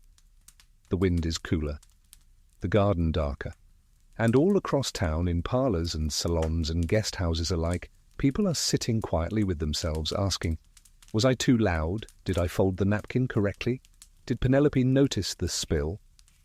Yes, she noticed, but it was before 6, so she forgave you. You find yourself back on the front walk now, stepping out into the evening like a newly unboxed guest, the faint glow of gas lamps lighting the street in an amber hush. The gravel crunches underfoot, polite crunches, not the dramatic sort, and the house behind you seems to exhale slightly, like a hostess who's removed her corset the moment the last guest disappears behind a hedgerow. But the party isn't quite over, not really, because once you leave the premises, you enter the next phase of the ritual, one that takes place away from the china and the crinolines, a realm not of sugar but of subtext. This is the sacred and slightly dangerous territory of the parlour retreat, that slow, graceful exit toward the house's quieter rooms, where the tea might be done, but the judgments have just begun. You're ushered in, perhaps with 3 or 4 others, those select few who linger by design, who were meant to stay behind. Not too long, mind you, just long enough to share a chairside whisper or two, to drift into velvet upholstery and indulge in what Victorians perfected, the art of the indirect post-mortem. It begins softly, a sigh, a rearranged cushion. The hostess removes her gloves, places them deliberately beside her, and says something like, well, that was nice. The word nice is an iceberg. What lies beneath it could include a genuine compliment, an utter evisceration of Geoffrey, a coded reference to someone's overuse of nutmeg. Everyone smiles faintly. The atmosphere shifts. Cups have been cleared, but glasses may appear, small ones, sherry perhaps, or a single watery cordial. The conversation becomes looser now, the sentences stretch. One person sinks slightly deeper into a chair, the lace collar of propriety slipping a quarter-inch. This is where the real party begins. Here in the retreat, the hostess and her closest confidants replay every detail of the tea with forensic precision. The conversation is no longer about tea, it's about what the tea revealed, and everything is up for analysis. The seating arrangement, a success except for Mrs. Edgecombe, who refused to look at Lady Adela's new brooch. The shortbread, acceptable, if a bit crumblier than hoped, likely a sign of cook's ongoing romantic troubles. The sugar bowl. 3 guests failed to use the tongs. 1 of them was American, 2 had no excuse. And Geoffrey? Oh, poor Geoffrey is now the subject of a delicate autopsy, not mean-spirited, just necessary. Everyone agrees he means well, but he spoke too much, laughed too freely, took 3 seed cakes and made no comment about the lemon curd. The consensus, not excommunicated, but gently discouraged. Historians still argue whether this after-tea ritual served a structural or psychological purpose. Some say it helped reinforce hierarchy, keeping everyone's social ranking calibrated like a well-wound clock. Others suggest it was therapeutic, a way for the tightly wrapped Victorians to release the pressure valve in small, acceptable bursts of haired disapproval. You glance at Lady Penelope now. She's removed her shoes. 1 foot tucked under her. Still entirely composed, of course, but softer, somehow. A single curl has escaped its pin. She's earned this moment. And there's something almost comforting about watching her unwind the party. Like a conductor reviewing the score after the symphony has ended, noting which violin squeaked, which trumpets overreached, and which member of the orchestra arrived late and attempted to blend in without tuning. Then someone mentions the napkins. Yes, they were folded too sharply. Guests had difficulty opening them without tearing the crease. It led to small moments of hesitation. Perhaps next time the fan fold instead of the swan. Next time. The words hang in the air like a fresh linen curtain. Suggestion, anticipation, low-grade terror. You realize now how much of a Victorian tea party lived not in the moment, but in its aftermath. The true legacy of the event wasn't the scone or the saucer. It was the retelling, the gentle gossip, the recorded impressions, the whispered summaries passed between parlours over the next few days. There's even a phrase for it among seasoned hostesses, teacup echo. It means the lingering impression a guest leaves behind after the tea has gone cold and the cup has been washed and stacked. Some people's presence leaves nothing. Others ripple for days, weeks. A well-placed compliment might echo into a future invitation. A poorly timed joke might reverberate into permanent absence. You wonder what your own echo will be. You hope it's mild, pleasant, slightly mysterious. Perhaps they'll say, "She knew how to sit and never dropped a spoon." That would be enough. The room begins to dim now, not from light, but from energy. The hostess gathers her shawl. Someone reaches for a bell, more out of tradition than function, and a footman silently appears to escort the remaining guests to the door. You've said nothing for 10 minutes, and that, in this context, has been perfect. You rise with the others, share a parting nod, and step once again into the corridor. Back through the hallway where the children were not. Past the parlour, where the teapot from China once sat. Toward the world beyond the gate, where teacups stop echoing. Behind you the door clicks shut, not with finality, but with grace. The retreat has ended, the judgments are stored. The guests have been weighed, folded, and placed in mental drawers with embroidered labels. And in the quiet, velvety stillness, Lady Penelope sips from her real teacup, the one not meant for guests, the one that never goes cold. You step outside again, the last guest to fully depart.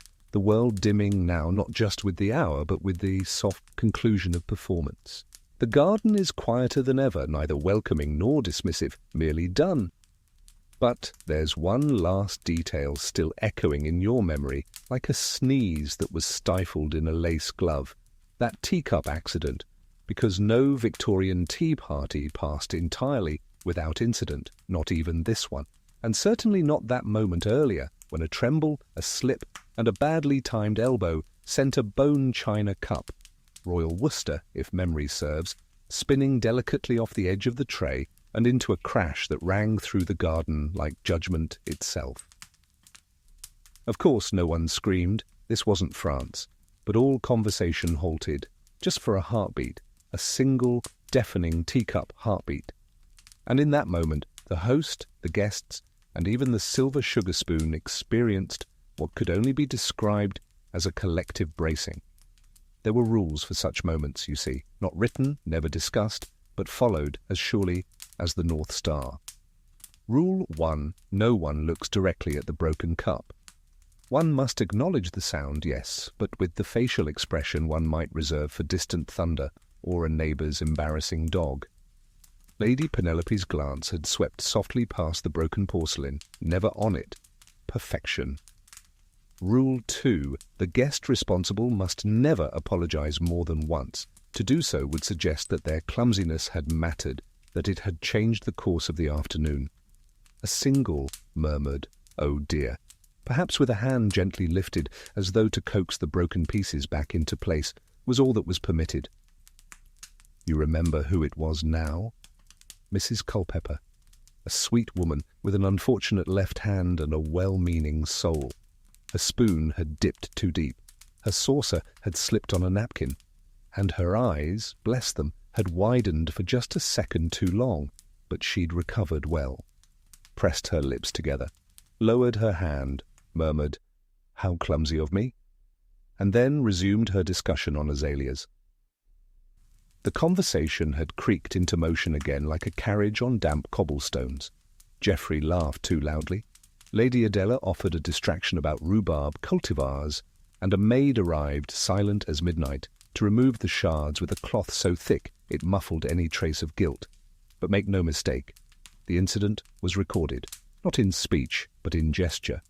The pause, the angle of glances, the slight tightening of someone's fingers around their own teacup, as if to say, "Not me, never me, thank heavens." Historians still debate whether these silent responses were rooted in class anxiety or the Victorian reverence for objects. Teacups, after all, weren't merely vessels. They were ancestral. Some came with stories. This one was gifted to my mother by Lady Harlow after the Crimea. This one was part of the Abernathy set, passed down through 7 spinster aunts. This one survived the journey from Calcutta in a wool sock. To break a cup was to fracture history, and even worse, to introduce chaos. The tea party depended on structure, the rhythm of pouring, passing, sipping, nodding. A cup falling broke more than porcelain. It shattered the illusion of control. Of course, most hosts kept a sacrificial cup in their collection, not labelled as such naturally, but subtly chipped or faded, brought out when risky guests attended, elderly cousins, visiting artists, Americans. Its breakage was quietly welcomed. It allowed the others to remain intact. It was the hero of the china cabinet. You wonder now, was Mrs. Culpeper's accident genuine, or had Lady Penelope chosen her cup carefully? There's a story, often whispered at such gatherings, of a hostess who once deliberately broke a teacup at her own party, just to put guests at ease. She claimed it was unlucky to keep a perfect set. Her parties were always full after that. No one ever worried about being the first to falter. You smile at the memory of that soft crash earlier, how small it was, how enormous it felt, how human. Because in a world wrapped in starched linen and bone-glazed ritual, that sound was a reminder.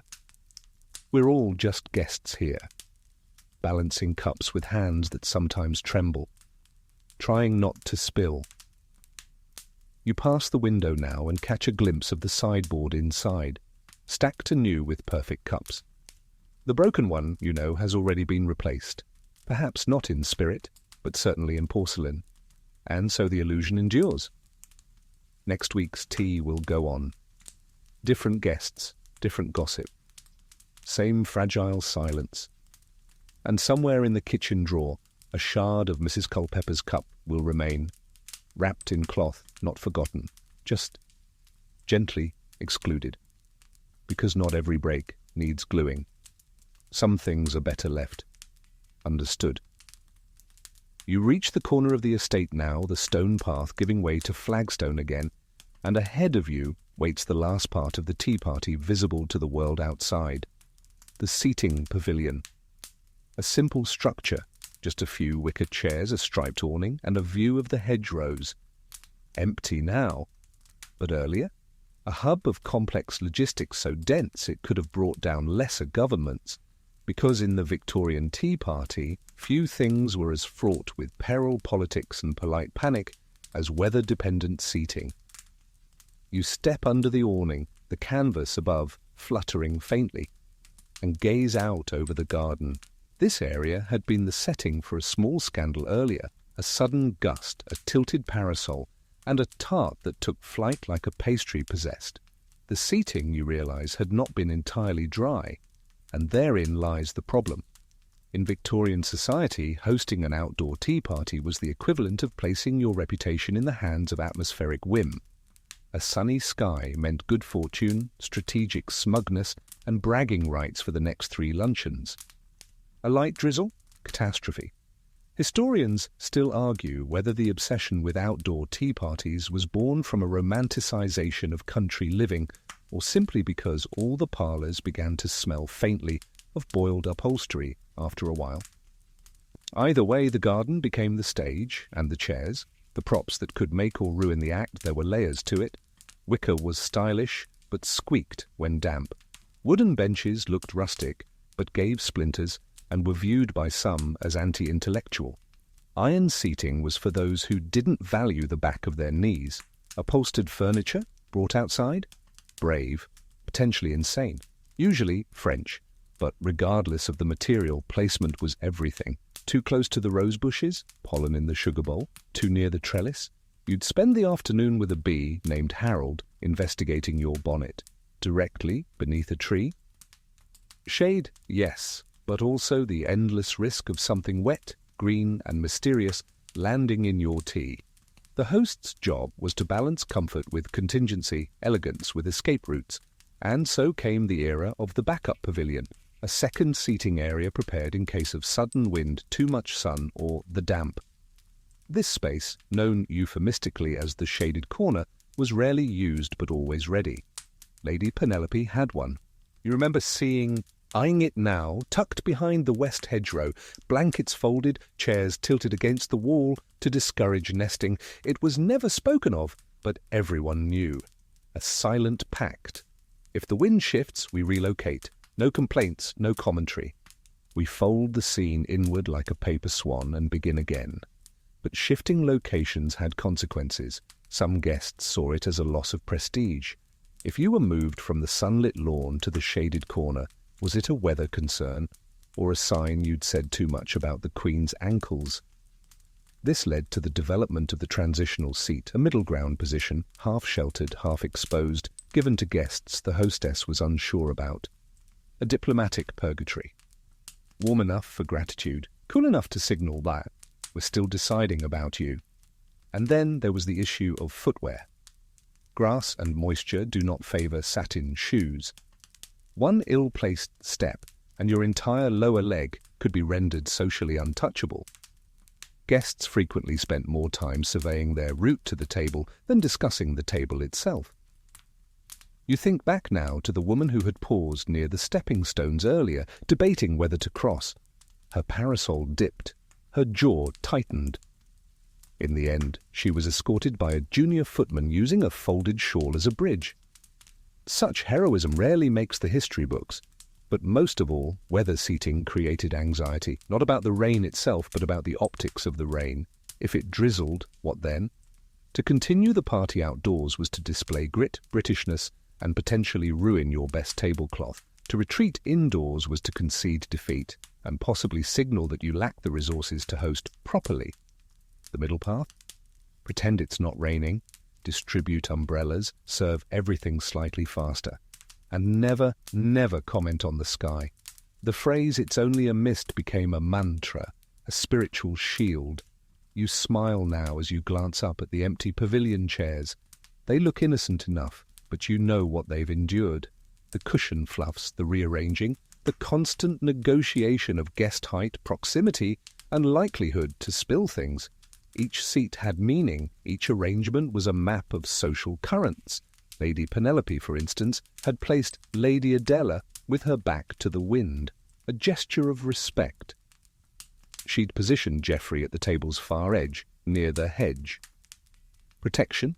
Or exile? Hard to say.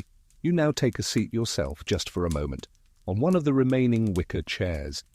It creaks like a retired butler. The view is peaceful, the breeze soft, and you realize this whole party may have been wrapped in ritual and sugar, but at its core it was a conversation with chaos, trying to hold back disorder with teaspoons and doilies, trying to keep the world upright with parasols and place cards, trying to seat 30 people in such a way that none of them feel like the chairs were damp. Impossible. And yet they did it.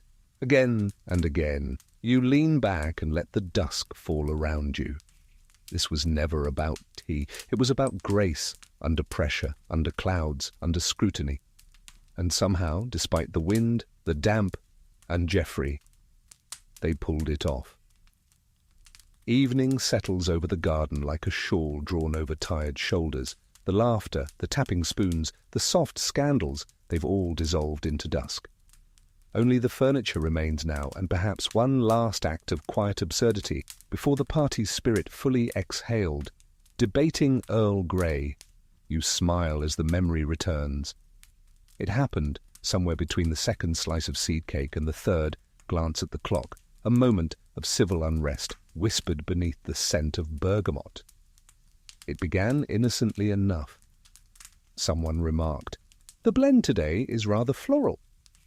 To which someone else replied, "Oh, that's Earl Grey for you." And then a beat of silence. And then Lady Fern cleared her throat and, with devastating softness, said, Well, it shouldn't be." And just like that, the room went absolutely still. Because you see, in the world of Victorian tea, Earl Grey was not just a tea, it was a statement, a battlefield disguised as a beverage, a blend of black tea flavoured with oil of bergamot, yes, but also a test of personal philosophy, colonial politics, and whether or not one secretly thought lemon belonged in a cup. Historians still argue whether the original recipe came from an actual Earl Grey, or if it was invented by merchants trying to convince customers that adding citrus oil to mediocre tea somehow made it noble. What is certain is this: by the late 1800s, Earl Grey had divided the nation.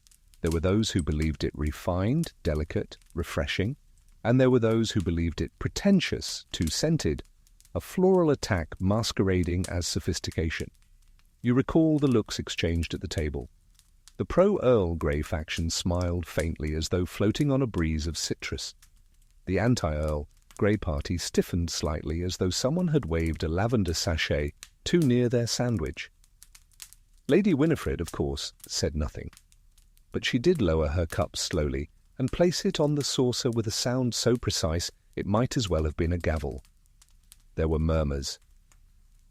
"It's too bold for late afternoon. I find it cleansing." Cleansing of what, exactly? I heard it's more popular in the colonies. Well, so is heatstroke. And the lemons. Oh, the lemons. To serve Earl Grey without lemon was to claim it was delicate enough to stand alone. To serve it with lemon was to suggest it needed improvement, like repainting a Gainsborough in pastels. Some guests subtly declined. Others requested it with a raised eyebrow. One even asked for milk with her Earl Grey. You remember the silence that followed that request. Birds stopped chirping. Somewhere a footman dropped a linen napkin. Lady Adela simply said, "Oh," and took a very long sip of her own lemon-free cup. There were regional divisions too. Londoners favoured it. Northern counties preferred stronger brews. The Scots, suspicious of anything described as notes of citrus, and in one deeply unfortunate incident, a shipment of Earl Grey was stored near lavender soap and served to guests before anyone noticed the contamination. The tea was later described as having opinions. There were even conspiracy theories. Some believed the bergamot oil was used to mask inferior leaves. Others insisted it was prescribed medicinally. There's a letter from 1878 where a woman writes, "My nerves were greatly disturbed and I was given the grey. I have since found myself troubled by dreams of lemons and lace." But the debate wasn't really about flavour, it was about belonging, aesthetic alignment, whether you saw tea as a comfort or a performance. Earl Grey was theatrical, it announced itself. It was the tea of hosts who wanted to be remembered. It was the tea of risk-takers, of aesthetes, of people who arranged their sugar cubes into pyramids and called it design. Lady Penelope had served it today, which meant one of two things. She liked it, or she wanted you to think she liked it. Either way, it had worked. You finish the memory now, smiling to yourself, and glance up at the sky. A cloud shaped very slightly like a teacup drifts overhead. You think about your own preference. Do you like Earl Grey? The answer doesn't matter. What matters is when, how, and with whom you say it. That's the real Victorian lesson, not that taste is subjective, but that taste is narrative. It's never just about what you sip, it's about the story your cup is telling, and as the light fades completely, you realize, whether it's breakfast tea, Darjeeling, Lapsang, or the ever-contentious grey, every cup holds a question.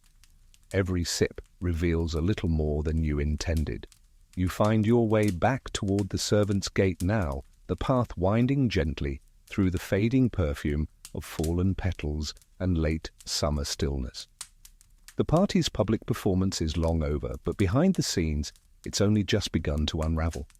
Because now, out of sight, beyond the lace and laughter, the quiet figures who made it all happen are performing their final duties. And in their footsteps, whispers, and sideways glances lives a world that most guests never see, but every hostess quietly fears. The servants who knew too much. You pause by a hedge and look toward the open kitchen window. Light spills out in a warm, familiar square. Inside, someone's drying a teacup. Someone else is muttering about teaspoons. A third presence, you can't see them, hums something half melodic, half menacing. Servants, especially in Victorian England, weren't just labour, they were witnesses to everything. They poured the tea, cleared the saucers, passed the cake, heard the secrets. And while the gentry congratulated themselves on their subtlety, the servants were quietly cataloguing every single thing. They saw who took too many sugar cubes, who ignored the napkin, who left the crusts, who didn't really like Earl Grey. Historians still debate the precise balance of power within these roles, how much servants actually influenced the tea-room hierarchy. But personal diaries, passed-down letters, and a few too honest memoirs confirm what you already suspect. They knew everything. Lady Penelope's butler, for example, said almost nothing all afternoon. And yet you noticed how he paused for exactly 1 second longer when pouring for Mrs. Culpepper, just after the teacup incident. Not enough to be rude, just enough to say, "I remember." The younger footman, the one with the uneven sleeve, was also watching.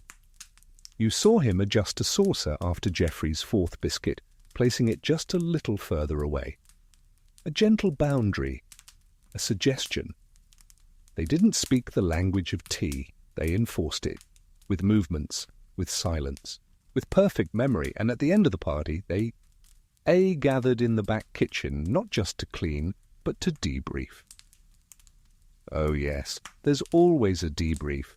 Servants may not have been invited to speak, but they discussed, and often in more vivid detail than the parlour critics you imagine it now. One maid reciting each guest's biscuit consumption like battlefield tallies, another mimicking the exact moment Lady Adela's eyebrow twitched, the butler contributing a low, dry comment that flattens Geoffrey's entire future social life in a single phrase, "Too much lemon, not enough listening." These post-party assessments weren't idle gossip, they were data used to prepare for the next event. Who would be seated where, who needed closer observation, who might be uninvited. Some households even maintained unofficial ledgers, tiny, bound books kept in back pantries, recording guest behavior across decades.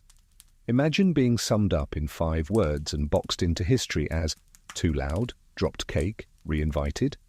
And yet, the upper classes rarely acknowledged this dynamic. They liked to pretend the servants were invisible, but they weren't. They saw the full performance, and they remembered the unrehearsed moments. The dropped fork, the glance too long at the dessert tray, the sigh when the wrong chair was assigned. There's an infamous example in the town of Bexley. A maid once overheard a guest criticizing the jam as too provincial. The hostess, who prided herself on her preserves, never spoke of the comment. But 2 weeks later, the guest was reassigned to the furthest seat at a ball, and then quietly removed from every invitation list that season. You step closer to the kitchen now. Through the open window, you catch the low rhythm of someone polishing silver. You hear a soft snort, laughter suppressed, and then a voice, faint but unmistakable. And then she asked for milk with the Earl Grey. A collective exhale, the sound of a room judging, but also enjoying the shared relief of no longer having to whisper. There's a strange comfort in it, because while guests were busy deciphering one another, worrying about forks and folds and first pours, the servants saw it all and held it together. And if anyone truly understood the stakes of a Victorian tea party, it was them. They knew the host's mood before the guests arrived. They knew which spoon to hide when certain names were on the guest list. They knew when a guest had had just a little too much sherry, and when a smile was held 1 second too long, and when the party ended and the last cup was washed and the final crumb swept away. They remembered. Not out of malice, out of professionalism. They were the archive, the stewards of decorum, the referees of lace-coated war. You step back from the window now and let them have their space, their laughter, their ledger, their well-earned opinions. After all, someone had to be watching, and they always were. You move away from the warm hum of the kitchen and drift toward the front of the house once more. The final traces of the day's gathering have dissolved into evening mist. The chairs are empty. The teacups are washed, and the flowers in the centerpiece are beginning to wilt, gracefully, of course, as if even petals in this household know better than to decay with drama. But then, out of the corner of your eye, a swirl of ribbon, a flash of feather, and suddenly you remember, oh no, the hats. Because in Victorian society, hats were not optional, and they were never just hats, they were statements. And at a tea party, especially one outdoors, they became part of a secret code, one stitched with silk, wired into brims and topped with plumes that could gently eviscerate your reputation while fluttering softly in the breeze. You step into the drawing-room corridor and glance at the hat stand, where the last few bonnets, boaters, and beribboned disasters remain, each one like a frozen moment of personality, parked neatly among polished parasols. Historians still debate whether hats became such potent social signals because of fashion or function. Yes, they protected delicate complexions. Yes, they shielded one from the occasional pigeon with poor judgment. But more importantly, they told everyone around you exactly where you stood in the social stratosphere, without you having to say a single word. Lady Adela's hat today, for instance, wide-brimmed, structured seafoam velvet, with a modest clutch of silk violets, understated, wealthy, meant to suggest, I don't need to impress you, but I still could. Compare that to Mrs. Culpepper's headpiece, a delicate straw bonnet with far too many ribbons and a feather that seemed confused about which direction it wanted to go. Charming? Yes. Overambitious? Also yes. And then there was Lady Winifred's masterpiece, a tower of dove-grey felt, perched at an angle so daring it should have required scaffolding, the kind of hat that enters a room first and commands the teaspoon placement without being invited to do so. Hats weren't just accessories, they were armour. A small hat whispered, a large hat declared, A hat with veiling suggested mystery or recent scandal. A hat without veiling, brutal honesty or extreme heat stroke. And the placement of the hat mattered too. Worn centered on the head, traditional, expected. Tilted left, artistic, slightly dangerous. Tilted right, romantic, possibly delusional. Flat across the top like a tea tray, American. You recall how one guest, Miss Laverne, new to the area and clearly unaware of the local brim politics, entered with a fascinator so small it looked like a fabric insect.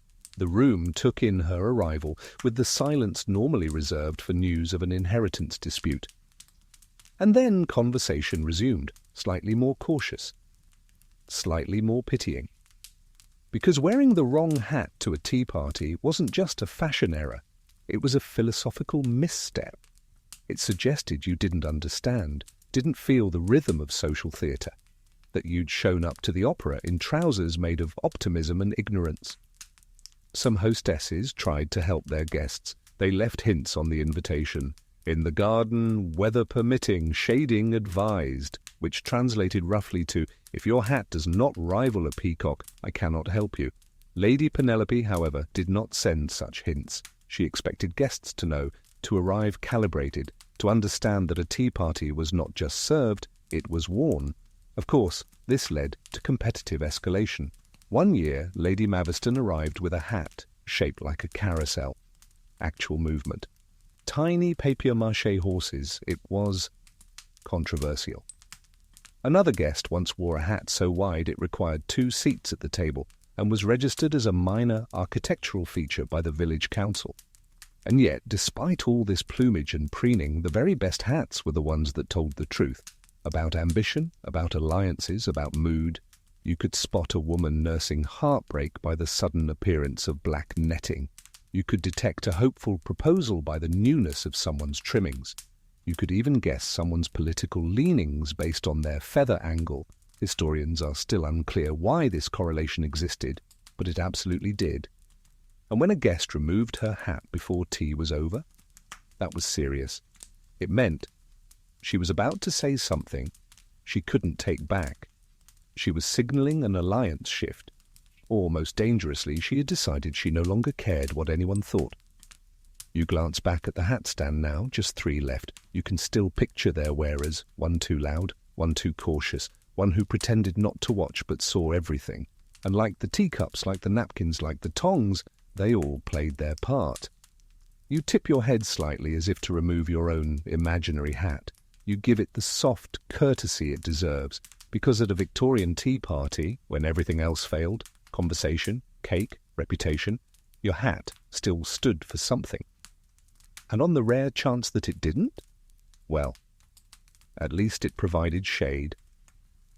You move away from the hat stand and toward the small side table, just past the main hallway, quiet, unobtrusive, dressed in a linen cloth so crisply starched it might be a weapon in a different context.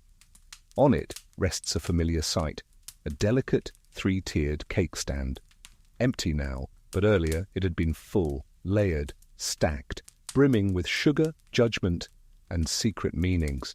Because in Victorian society, cakes weren't just confections. They were coded messages. And today they had spoken volumes. You sit for a moment on a low bench, staring at the now bare platter. A single currant clings to the edge of the lowest tier like a survivor. The faint scent of almond paste still lingers in the air like an unresolved conversation. And you remember. There had been the sponge cake, the seed cake, the plum, the Battenberg. But there had also been something unexpected, something that sent a ripple through the garden, like a whispered accusation. The cherry loaf, cut into modest rectangles, garnished with sugared peel, seemingly harmless and yet profoundly loaded, because in the world of Victorian tea, certain cakes meant certain things.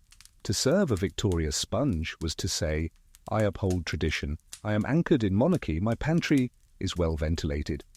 To serve fruitcake was to declare, I have patience, I'm not afraid of time, or candied things. To serve Madeira meant, I've read more than you, probably while standing up. But cherry loaf, that was dangerous. Cherry loaf, especially when served without cream, suggested flirtation, mild seduction in edible form, a suggestion of sweetness beneath the crust. Some said it began as a regional custom, associated with post-harvest gatherings where young women used cake to signal interest in eligible bachelors.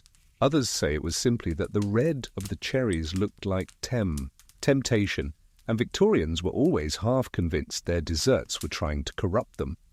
Lady Penelope, of course, had said nothing as it was served.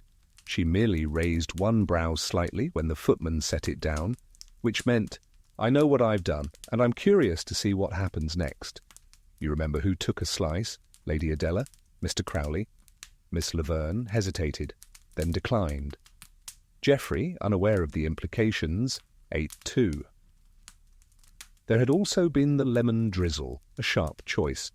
Tart, candid, served early in the tea, it set a tone of brightness and formality. Guests noticed. It said, "We are here to be refreshed, not indulged." The seed cake, however, was for guests over a certain age. It was nostalgic, dense, spiced faintly with caraway and memory. A guest selecting it was essentially whispering, "I remember before you were born, dear." But perhaps the most telling offering of the afternoon had been the Queen of Pudding's tartlets. Small, pale, vaguely royal, rare, difficult to execute, and, according to local legend, a subtle assertion of superiority over anyone who showed up with gossip but left with jam on their cuff. Historians still debate whether hosts intentionally used cakes to manipulate perception. Some argue that food was meant purely to reflect wealth, while others insist that the real reason behind which cakes were served had far more to do with emotional signaling. One guest once described a walnut cake as passive-aggressive. Another claimed a sultana bun exposed her deepest fear of being forgotten. A third wrote in her diary, "Mrs. Beltham served gingerbread. I fear she intends war." You think of Mrs. Culpepper again, standing with her half-eaten cherry slice and that stunned look, perhaps because she understood too late what the cake had meant. Perhaps she thought it said, "comfort." But really it said, "Woody, you are being watched." Because that's what cakes did. They offered a chance to see who would choose indulgence, who would pick restraint, who would pretend not to want either, and then stare longingly at the crumbs. And then there were the people who didn't touch the cake at all. Oh, them. They were either too polite on a strange cleanse involving horseradish, or trying to project a higher-than-dessert level of social control. Whatever their reasons, not partaking was also a statement. It said, "I am above temptation," which in a tea party was practically a challenge. You stand now, smoothing your coat, glancing one last time at the cake stand. The tiers are empty, but the memory of what was served and who consumed what remains, sticky as marmalade, on the edge of an embroidered napkin. Next week there may be different cakes, but the game will be the same. Choose wisely, chew carefully, and remember, someone is always watching what you take. The evening has grown cooler now, and you wrap your shawl a little tighter, not from cold really, but out of instinct, because this is the hour when even a well-behaved tea party leaves behind its phantoms. You pass the narrow stair that leads to the drawing room, the formal one, not the everyday one. That space, now dark, had briefly flickered to life near the party's end, as guests were shepherded inside to escape a breeze no one would dare call windy. And that's when it happened. The piano incident. You sigh at the memory, not out of annoyance, but from the sheer inevitability of it. Every tea party, no matter how refined, risks a performance, and every performance, no matter how unplanned, is almost always prompted by a certain kind of guest. Today that guest had been Miss Florence Whitley. You remember the moment she spotted the upright piano tucked beneath the oil portrait of some vaguely naval ancestor. You remember the pause, the hushed inhale of the room. And then the phrase no one wanted to hear but everyone knew by heart. "Oh, shall I play something?" Historians still argue whether these moments were truly spontaneous, or if Victorian social circles developed an unspoken cycle of performance-based disruption. Because once a tea party reached a certain point, 3 cakes in, 4 refills deep, it became almost impossible to avoid the musical pivot. The hostess, of course, must pretend reluctance. "Oh, Florence, only if you're quite sure." "Oh, no, you mustn't trouble yourself." "Please, no." And yet, Florence would play. Florence always played. And worse, Florence played with feeling. You recall her posture, wrecked, practiced, unnaturally graceful, as she launched into a piece by Schubert. Or was it something she had written herself? The distinction became foggy around measure 8, when things took a rather dramatic turn. Guests responded in kind. Lady Adela tilted her head to a precise 14 degrees, the official angle of politely enduring sound. Geoffrey tried to nod along, though he was roughly 2 beats behind the tempo. Mrs. Culpepper's eyes fluttered with either emotion or migraine, unclear. Somewhere in the back of the room, a teacup was lifted, mid-glissando, then quietly returned to its saucer without sipping. A tiny protest, a rebellion in porcelain. Because, you see, playing the piano wasn't just a musical act, it was a power move. To perform was to seize the room, to interrupt the conversation, to redirect the afternoon from polite exchange to concentrated attention. It was the vocal equivalent of taking the largest scone and licking it. Victorians pretended to love music, and in theory they did, but not always in that particular room, and not always by that particular cousin. There were rules, of course. Rule 1, no more than 1 piece. Rule 2, no vocal accompaniment unless the hostess fakes a fainting spell. Rule 3, if a child is performing, it must be short, tuneful, and followed by immediate removal of said child. Florence broke none of these rules, but she danced on the edge of all of them. And just when you thought it was over, she began a second piece. You watched the hostess's fingers tighten slightly on her napkin. Another guest tried to initiate a quiet conversation near the window. A cardinal sin. They were gently but decisively glared into silence by Lady Winifred, who had appointed herself patron saint of endurance. When the performance finally ended, 27 minutes later, applause was offered with the same enthusiasm reserved for mild rain or public funerals. Too polite to be sincere, too weary to be enthusiastic. And Florence? She curtsied, not a bow, a curtsy, as though the room were a stage and the rest of the party had been a warm-up act. You think of her now, probably still humming to herself in the carriage ride home, believing her performance to have been a highlight. And perhaps, in a way, it was. Because no matter how quietly people sipped their final tea, no matter how quickly the footman cleared the plates, the afternoon now had a focal point. Every tea party needed one, an incident, a moment, a story to be retold later over brandy or folded linens. Florence gave them that. Inconvenient? Perhaps. Excessive? Almost certainly. But forgettable? Never. You step into the shadow of the drawing room now and run your fingers along the edge of the piano. Still warm? Or maybe that's your imagination. The keys are quiet, but the memory rings on, because in a world bound by subtlety, sometimes it took a crash of chords and a questionable trill to remind everyone. Not all rules were made to be followed. Some were made to be played, loudly, twice, with feeling.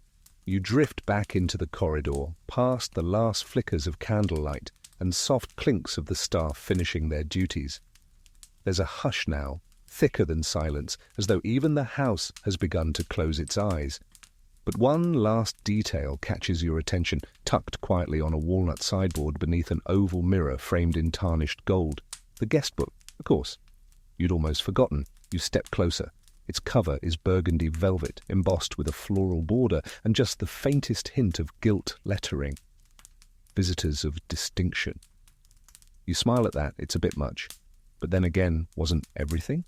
The guest book sits open to today's page, a few names already inked, in deliberate, looping cursive.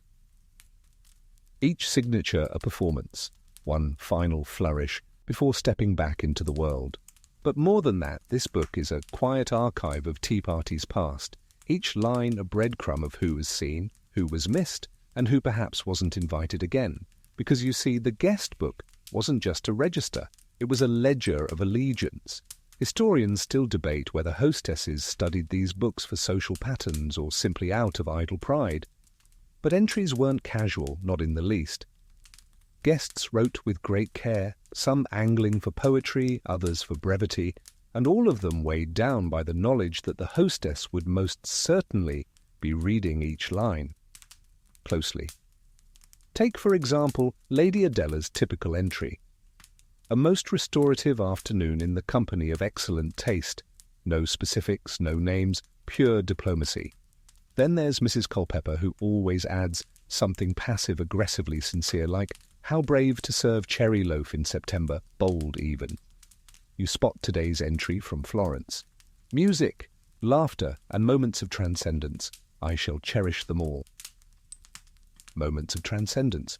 It's possible she means her own piano solo. It's also possible she means the moment Lady Winifred closed her eyes mid-performance and appeared to briefly leave her physical form. Even Geoffrey has managed something. I had 4 biscuits, thank you. Accurate. Not particularly revealing, but admirably honest. The guest book is filled with entries like that, coded, curated, quietly dramatic. Some pages boast entire verses, others just initials. One year, someone wrote only the word interesting and was never invited back. You pause, fingertip trailing over the inky loops and press marks left behind by a generation's worth of polite performance. You can almost feel the nervous energy embedded in the pages, each entry a final attempt to leave a good taste in the hostess's memory. There were rules here too, of course there were. Ink only, no graphite. Pencils smudged, and guests who smudged were guests who couldn't be trusted. Write before you leave, but not too early. Signing before the tea ends implies a rush. Signing after everyone else implies a need to be remembered. Never, ever sign someone else's name. Even if they forgot, especially if they forgot. Some households placed a small vase of violets beside the guest book. A hint, a nudge. Be delicate, be scented, be remembered. And some hostesses left small notes on the next page, a faint pencil mark, a prompt like, a thought on today's company? Which in Victorian social language was roughly the equivalent of, tell me who said what and who ruined the napkins. You turn a few pages back, scanning old entries, names both familiar and faded. One simply reads, delighted to see so many old friends, and a few new faces, some more surprising than others. A masterwork of implication. Another, from someone with scandal trailing behind her like a badly tied bustle, reads, grateful for the warmth of this gathering, especially after recent chills elsewhere. You can almost hear the teacups rattle in response. And now, here you are, your turn. You pick up the pen. Steel nib, silver grip, inked just slightly too dark. The kind of pen that doesn't forgive hesitations. What will you write? A witticism? A veiled compliment? Or perhaps just, thank you, it was enough. Because sometimes in this world of velvet and sponge cake, you don't need to say everything. Sometimes just showing up, sitting straight, smiling faintly, sipping with conviction. That's the real story. You return the pen to its place. Leave the guest book open, your entry drying gently in the lamp's glow. And as you turn away, you know you've become part of something oddly enduring. Not history, perhaps, not quite, but part of the strange, shimmering pageant of human effort, that endless desire to be seen, to be understood, to be remembered with elegance. You step through the front hall again, the heavy door now slightly ajar, letting in a drift of evening air tinged with roses and chimney smoke. The party is over, the guests dispersed like the sugar stirred into their final cups. And yet you hesitate, not quite ready to leave, because if there's one rule more sacred than any other in Victorian society, it is this: never be the first to arrive, never be the last to leave, and yet here you are, The last. That lonely post-tea space is peculiar, isn't it? It hums differently. The plates are cleared, the gossip is tucked away in gloved fists, and the house has exhaled its last act of hospitality. You wander slowly through the drawing room again, and the parlour, and the little breakfast nook no one actually uses for breakfast. Each space is still warm from company, like a cushion remembering who just sat there. It's in this quiet that you begin to notice the residue of performance. Not crumbs or smudges, those are for the maids, but the emotional leftovers, the half-formed sentences, the things people meant to say but didn't, the way Lady Adela's smile flickered for just a moment after the lemon drizzle comment. Victorian tea parties weren't just about socializing, they were emotional obstacle courses. Politeness wasn't just good manners, it was armor. Every compliment was wrapped in hedged phrasing, every slight was delivered with sugar and syllables so soft they melted on the tongue before you could protest. Take Geoffrey, for instance. Remember how he offered Miss Laverne his seat beneath the ivy arch, only to reposition himself slightly closer to Lady Winifred 3 minutes later? Or Mrs. Culpepper's comment about how bold it was to serve unshelled pistachios? Was that praise, a veiled critique, or both? Historians still argue whether Victorian society was truly repressed, or if it was simply rehearsed, because everything you did at one of these affairs was a performance. The walk, the wave, the way you held your teaspoon. And once you stepped outside the gate, it was all remembered. Sometimes fondly, sometimes not. Always precisely. And now you begin to understand the deeper truth of it all. The party never really ends.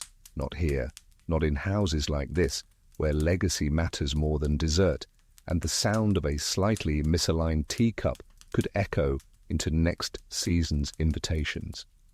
These tea parties, yes, they were rituals, but also records, and you've become part of that record. You replay the glances, the phrasing, the microdrama of the lemon slice, the piano keys, the hats, the biscuits. Every moment was a brushstroke in a portrait of a day that most will call lovely, while secretly dissecting it in their evening letters. But you were present. You felt it. Not just the flavors or the fabrics, but the tension and timing, the sheer effort required to be perfectly effortless. And so as you reach for your gloves and coat, as you prepare to re-enter the world of carriages and cobblestones, you pause once more. Because leaving isn't simple. There's a graceful way to exit, just as there was a graceful way to butter your scone or recover from having spilled marmalade on someone else's cravat. You take a deep breath. You give the room one final glance. You smooth the edge of your sleeve. And then, only then, do you step outside. The gate clicks behind you. The wind stirs the edge of your hem. And somewhere, far behind a shuttered window, a servant closes the guest book with a quiet little sigh. The party is over. But the echoes, they'll linger, in whispered retellings, in careful invitations, and in the memories of those who knew how to read between the crumbs. You walk on, past hedgerows and hedged conversations, past the secrets that taste like seed cake and the truths steeped longer than the tea, and for the first time all afternoon, you're free. The evening street is hushed, but your footsteps are loud in your own mind, each one echoing back the words you didn't say during tea. You pass lamp-posts just beginning to glow, gaslight flickering with a sort of tired dignity, as if even the street is winding down from social obligations. But you're not done quite yet. Because after every proper Victorian tea party, especially one as elaborate as Lady Penelope's, there remains one final ritual, the letter of thanks. You reach your lodging, shrug off your coat, and sit at a small desk by the window. A writing set awaits, ivory paper, thick and crisply folded, ink with the faint scent of violet, a pen nib with just enough personality to blot if it senses hesitation. You sigh and begin, because everyone writes thank you letters, even if the scones were dry, even if you were seated next to someone who thinks colonialism is charming, even if the music made your ears consider defection. The letter must be written promptly, graciously, and if possible, passively, devastatingly honest. Historians still debate the origin of the Victorian post-tea thank you letter. Was it courtesy, fear, the lingering paranoia of having accidentally sipped from the wrong cup? Likely all three. And so you begin your note. Dearest Lady Penelope, how lovely to be welcomed once more into your exquisite garden. The roses were fragrant, the company delightful, and the clotted cream almost dangerously indulgent. This is safe ground. Now the artful layering begins. You add, it was such a pleasure to reconnect with so many familiar faces, and such a surprise to encounter some unexpected ones. Diversity is always refreshing. Perfect. You've praised the hostess, acknowledged the social dynamics, and left just enough ambiguity for her to read between the ribbons. You continue. Miss Whitley's musical offerings were certainly memorable. How fortunate we all were to witness such bold expression. Florence will either be thrilled or wounded, possibly both. You take a moment to choose your closing. This part matters.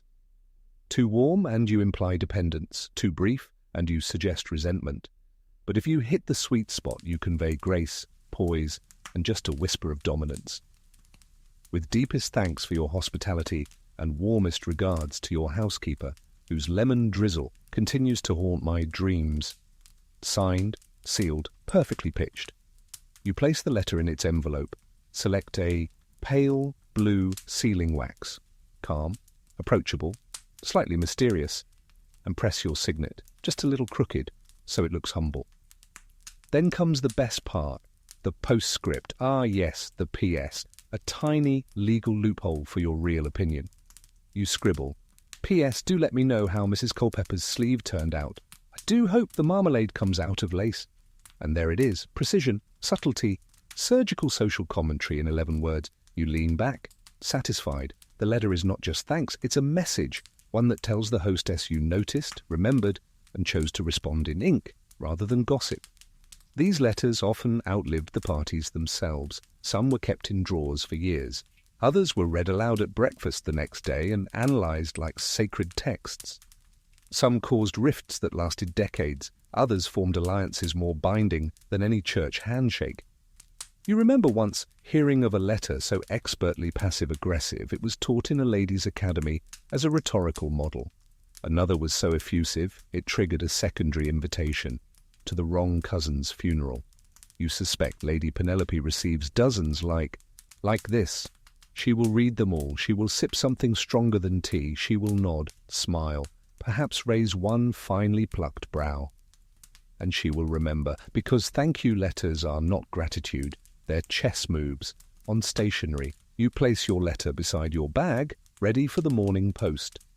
And as you gaze out the window, watching the final gaslights glow over quiet cobblestones, you wonder how many other guests are bent over desks just like yours right now, crafting their epilogues, distilling the entire experience of cake, hats, and hidden judgment into 3 paragraphs and a perfumed crease. The tea is gone, but the theatre still running. The next morning, the sun rises politely, never abruptly, washing the rooftops in a gentle haze that doesn't dare disrupt the hangover of etiquette from the night before. You, for your part, are doing the same, lingering in bed a little longer, resisting the real world in favour of replaying the social subtleties of yesterday's gathering like a very delicate crime scene. There's one final thing on your mind. One detail that still makes your eye twitch ever so slightly. The guest book. Not what was written in it, but where it was written. You sit up slowly and reach for your gloves, not because you're going anywhere, but because even thoughts about this sort of thing require proper attire. You remember where your name fell in the guest book yesterday. Not the content of your entry. You've already come to terms with that. No, it's the placement, second to last, which, as you know, is the worst possible position. Historians still debate whether guest book order held official meaning. Some argue it was purely functional, first come, first sign. Others insist it was a kind of social MRI, revealing deep layers of deference, insecurity, ambition, and sabotage. And in truth, they're all a little bit right. Signing too early, desperate, as if you had somewhere else to be, or worse, nothing else to be. It screamed, "Please remember me, I tried." Signing dead last, also a gamble. Sometimes interpreted as calculated confidence, other times read as indecision or forgotten manners. But second to last, that was purgatory, a social shrug, the placement of someone who almost left the right impression, but didn't. And the worst part? You didn't choose that spot. Someone placed you there, because Lady Penelope's guest book, though ostensibly open to all, was very much curated, and if she or her staff noticed someone had signed too early or in the wrong place, well, adjustments were made, discreetly, quietly, but unmistakably. You once heard of a guest who dared sign halfway down an empty page. The next morning she was on a train to Cornwall, suddenly taking air. No one ever admitted to encouraging her travel plans. This sort of thing mattered. A signature beside Lady Adela's, elevating. A subtle endorsement. A signature above Geoffrey's, risky. You might be seen as using him for comedic contrast, and if your name appeared directly next to Florence Whitley's musical scribble, well, that meant you might have enjoyed it. You lie back, covering your face with a cool handkerchief. You remember who signed last. Miss Laverne, quiet, new to town, and now technically the final note in yesterday's narrative, which means if anyone flips to that page a year from now, you will be the penultimate footnote, the comma before the crescendo. The guest who came, sipped, and existed, not scandalous, not bold, just present.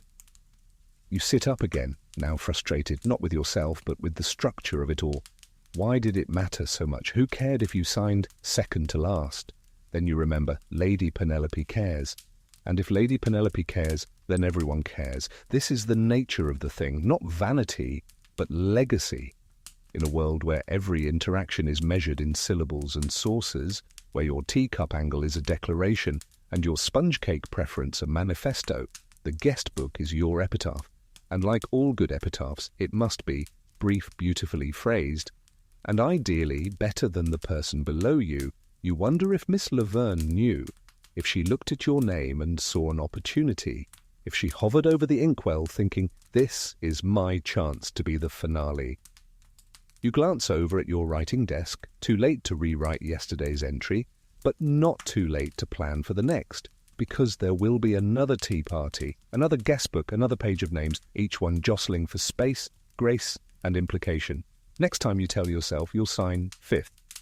Fifth is safe, fifth is confident, fifth doesn't smell of desperation or hesitation. You smile faintly, and make a mental note to arrive fashionably neutral, speak moderately witty, sip visibly appreciative, and leave strategically remembered. Because in the end, all you're really trying to do, whether with hats or cakes or cursive, is not just attend the party, but earn your place on the page. The week slips by in its proper Victorian manner, orderly, understated, and full of minor inconveniences cloaked in lace. You attend a luncheon, decline a walk, pretend to enjoy a leaflet about dahlia cultivation. But the memory of Lady Penelope's tea party lingers, not like a dramatic plot twist, but more like a faint jam stain on your cuff. You can't see it all the time, but it's there, and you know others might be noticing it too. So naturally, when another invitation arrives, on ivory card, with handwriting that slants like it's about to faint, you're already reaching for your diary. A new host, another garden, different biscuits, same battlefield.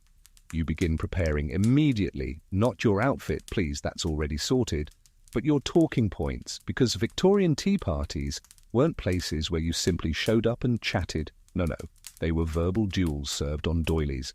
Every line had weight, every anecdote was a weaponized memory, and your quiver had to be full.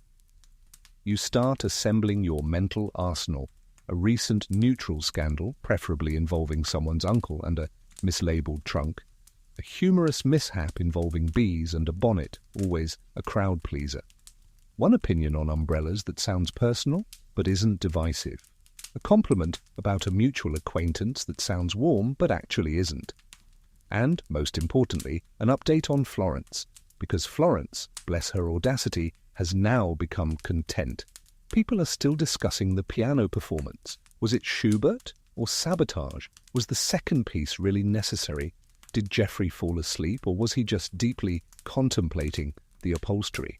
Historians still argue whether the rise of musical interludes at Victorian social functions was a mark of cultural enlightenment or a collective refusal to endure silence. What's clear is that no one has forgotten Florence. So now, at the next party, your job isn't just to enjoy yourself, it's to navigate the aftermath. This means offering an opinion that feels informed but not incendiary, laughing lightly as if you weren't deeply annoyed at the time, possibly referencing the performance without referencing the performer. Something like, well, I do find it inspiring when guests contribute something tonal. Perfect. You also plan your seating strategy. Because if last week taught you anything, it's this. Where you sit decides who you are. Window seat, dreamer, corner chair, cynic. Bench with a view of the hedge, calculated neutrality. You intend to secure the chair beside the host, but only if you can do it accidentally. Next, you mentally rehearse your cake reactions. Lemon drizzle, sincere delight. Seed cake, nostalgic amusement. Anything with brandy, raised eyebrow. Maybe a my goodness. And if, heaven help us, someone dares bring cherry loaf again, you will smile sweetly and say, "Ah, how bold, we are being modern, aren't we?" Let them decide whether it's a compliment. You polish your shoes, clean your gloves, fold your handkerchief with the precision of a small treaty. Everything is ready, except, of course, your exit plan, because if the guestbook taught you anything, it's that when you leave is as important as how you arrived. You must be noticed, not conspicuously, but warmly remembered. This means no coat, fumbles, no verbal goodbyes longer than 3 seconds, no turning back at the gate as if you're in a novel. You will glide, nod, smile. And if done correctly, someone will turn to another guest and whisper, "Now that's how it's done." You've learned, from the teacups to the teaspoons, from the compliments to the critiques hidden inside them, from Florence's full-bodied performance to the gentle brutality of marmalade on lace. You've absorbed it all, and you're ready. This next tea party won't be about proving anything. It will be about placement, not in the guestbook, though yes, ideally 4th or 5th again, but in memory. Because what you really want, if you're honest, isn't cake, it isn't gossip, it isn't even admiration, it's longevity. You want to be the anecdote that lasts longer than the lilies. The quiet comment someone quotes next Thursday. The guest who made everything slightly more interesting without making a scene. You want to be the flavour that lingers. You arrive at the next tea party precisely 3 minutes late. On purpose, of course. Arriving on the dot implies eagerness. Arriving 5 minutes late implies chaos. But 3 minutes? 3 minutes says, I respect your schedule, but I also respect the art of entrance. The garden is different from Lady Penelope's, more lavender, less ivy, but the bones of the event are the same. The clink of teaspoons, the rustle of parasols, the low hum of polite warfare disguised as pleasantries. You scan the gathering. Florence is here. She's ST, as seated far from the piano. Whether by design or decree is unclear. You glide into a seat positioned just slightly off-centre from the rose trellis. Ideal. Visible, but not threatening. Near the cake stand, but not hovering. The host greets you warmly. The other guests offer that practiced double nod, a hello and a tiny social barometer all at once. Let the games begin. This time you're prepared. When the tray of seed cake arrives, you react with just the right amount of fond amusement. When someone offers an opinion on wallpaper trends, you reply with a vague, well, we're all papered differently, aren't we? Which somehow means nothing and everything. Even Geoffrey seems sharper today. He's wearing matching gloves. Someone's clearly taken him in hand. There's a tremor of tension when the hostess gestures toward the drawing room and says, "Would anyone like to—" But no one moves, not even Florence. The silence is thick. Then someone coughs. Then a rescue. A maid appears bearing a fresh plate of cherry tarts. And just like that, the mood resets. You sip, you nod, You deploy your bee anecdote at just the right lull in conversation and earn 2 genuine chuckles and 1 startled snort. Flawless. You are not the loudest voice here, not the best dressed, certainly not the wealthiest, but you're navigating every twist in the party's rhythm like a waltz only you rehearsed. And when the guest book appears, tucked under a servant's arm like a loaded pistol, you don't flinch. This time you sign 5th, neatly, smoothly, with a flourish that implies confidence without the crime of ostentation. Your message? A charming occasion, rich in both conversation and subtle surprises. My sincerest thanks. And below that, the faintest P.S. Do give my compliments to the cake. It will haunt them for days. When you rise to leave, it is not abrupt. You gather your things with the elegance of someone who has just remembered they have another invitation waiting, but might cancel it just to sit quietly and reflect. You nod to the host, offer a few quiet goodbyes, and then just as you reach the gate, you hear it. A voice behind you, faint but unmistakable. They always know just what to say, don't they? It's unclear who said it, or whether they meant it kindly, which in this world is perfect. Because the truth is this, Victorian tea parties weren't about comfort, or calories, or caffeine.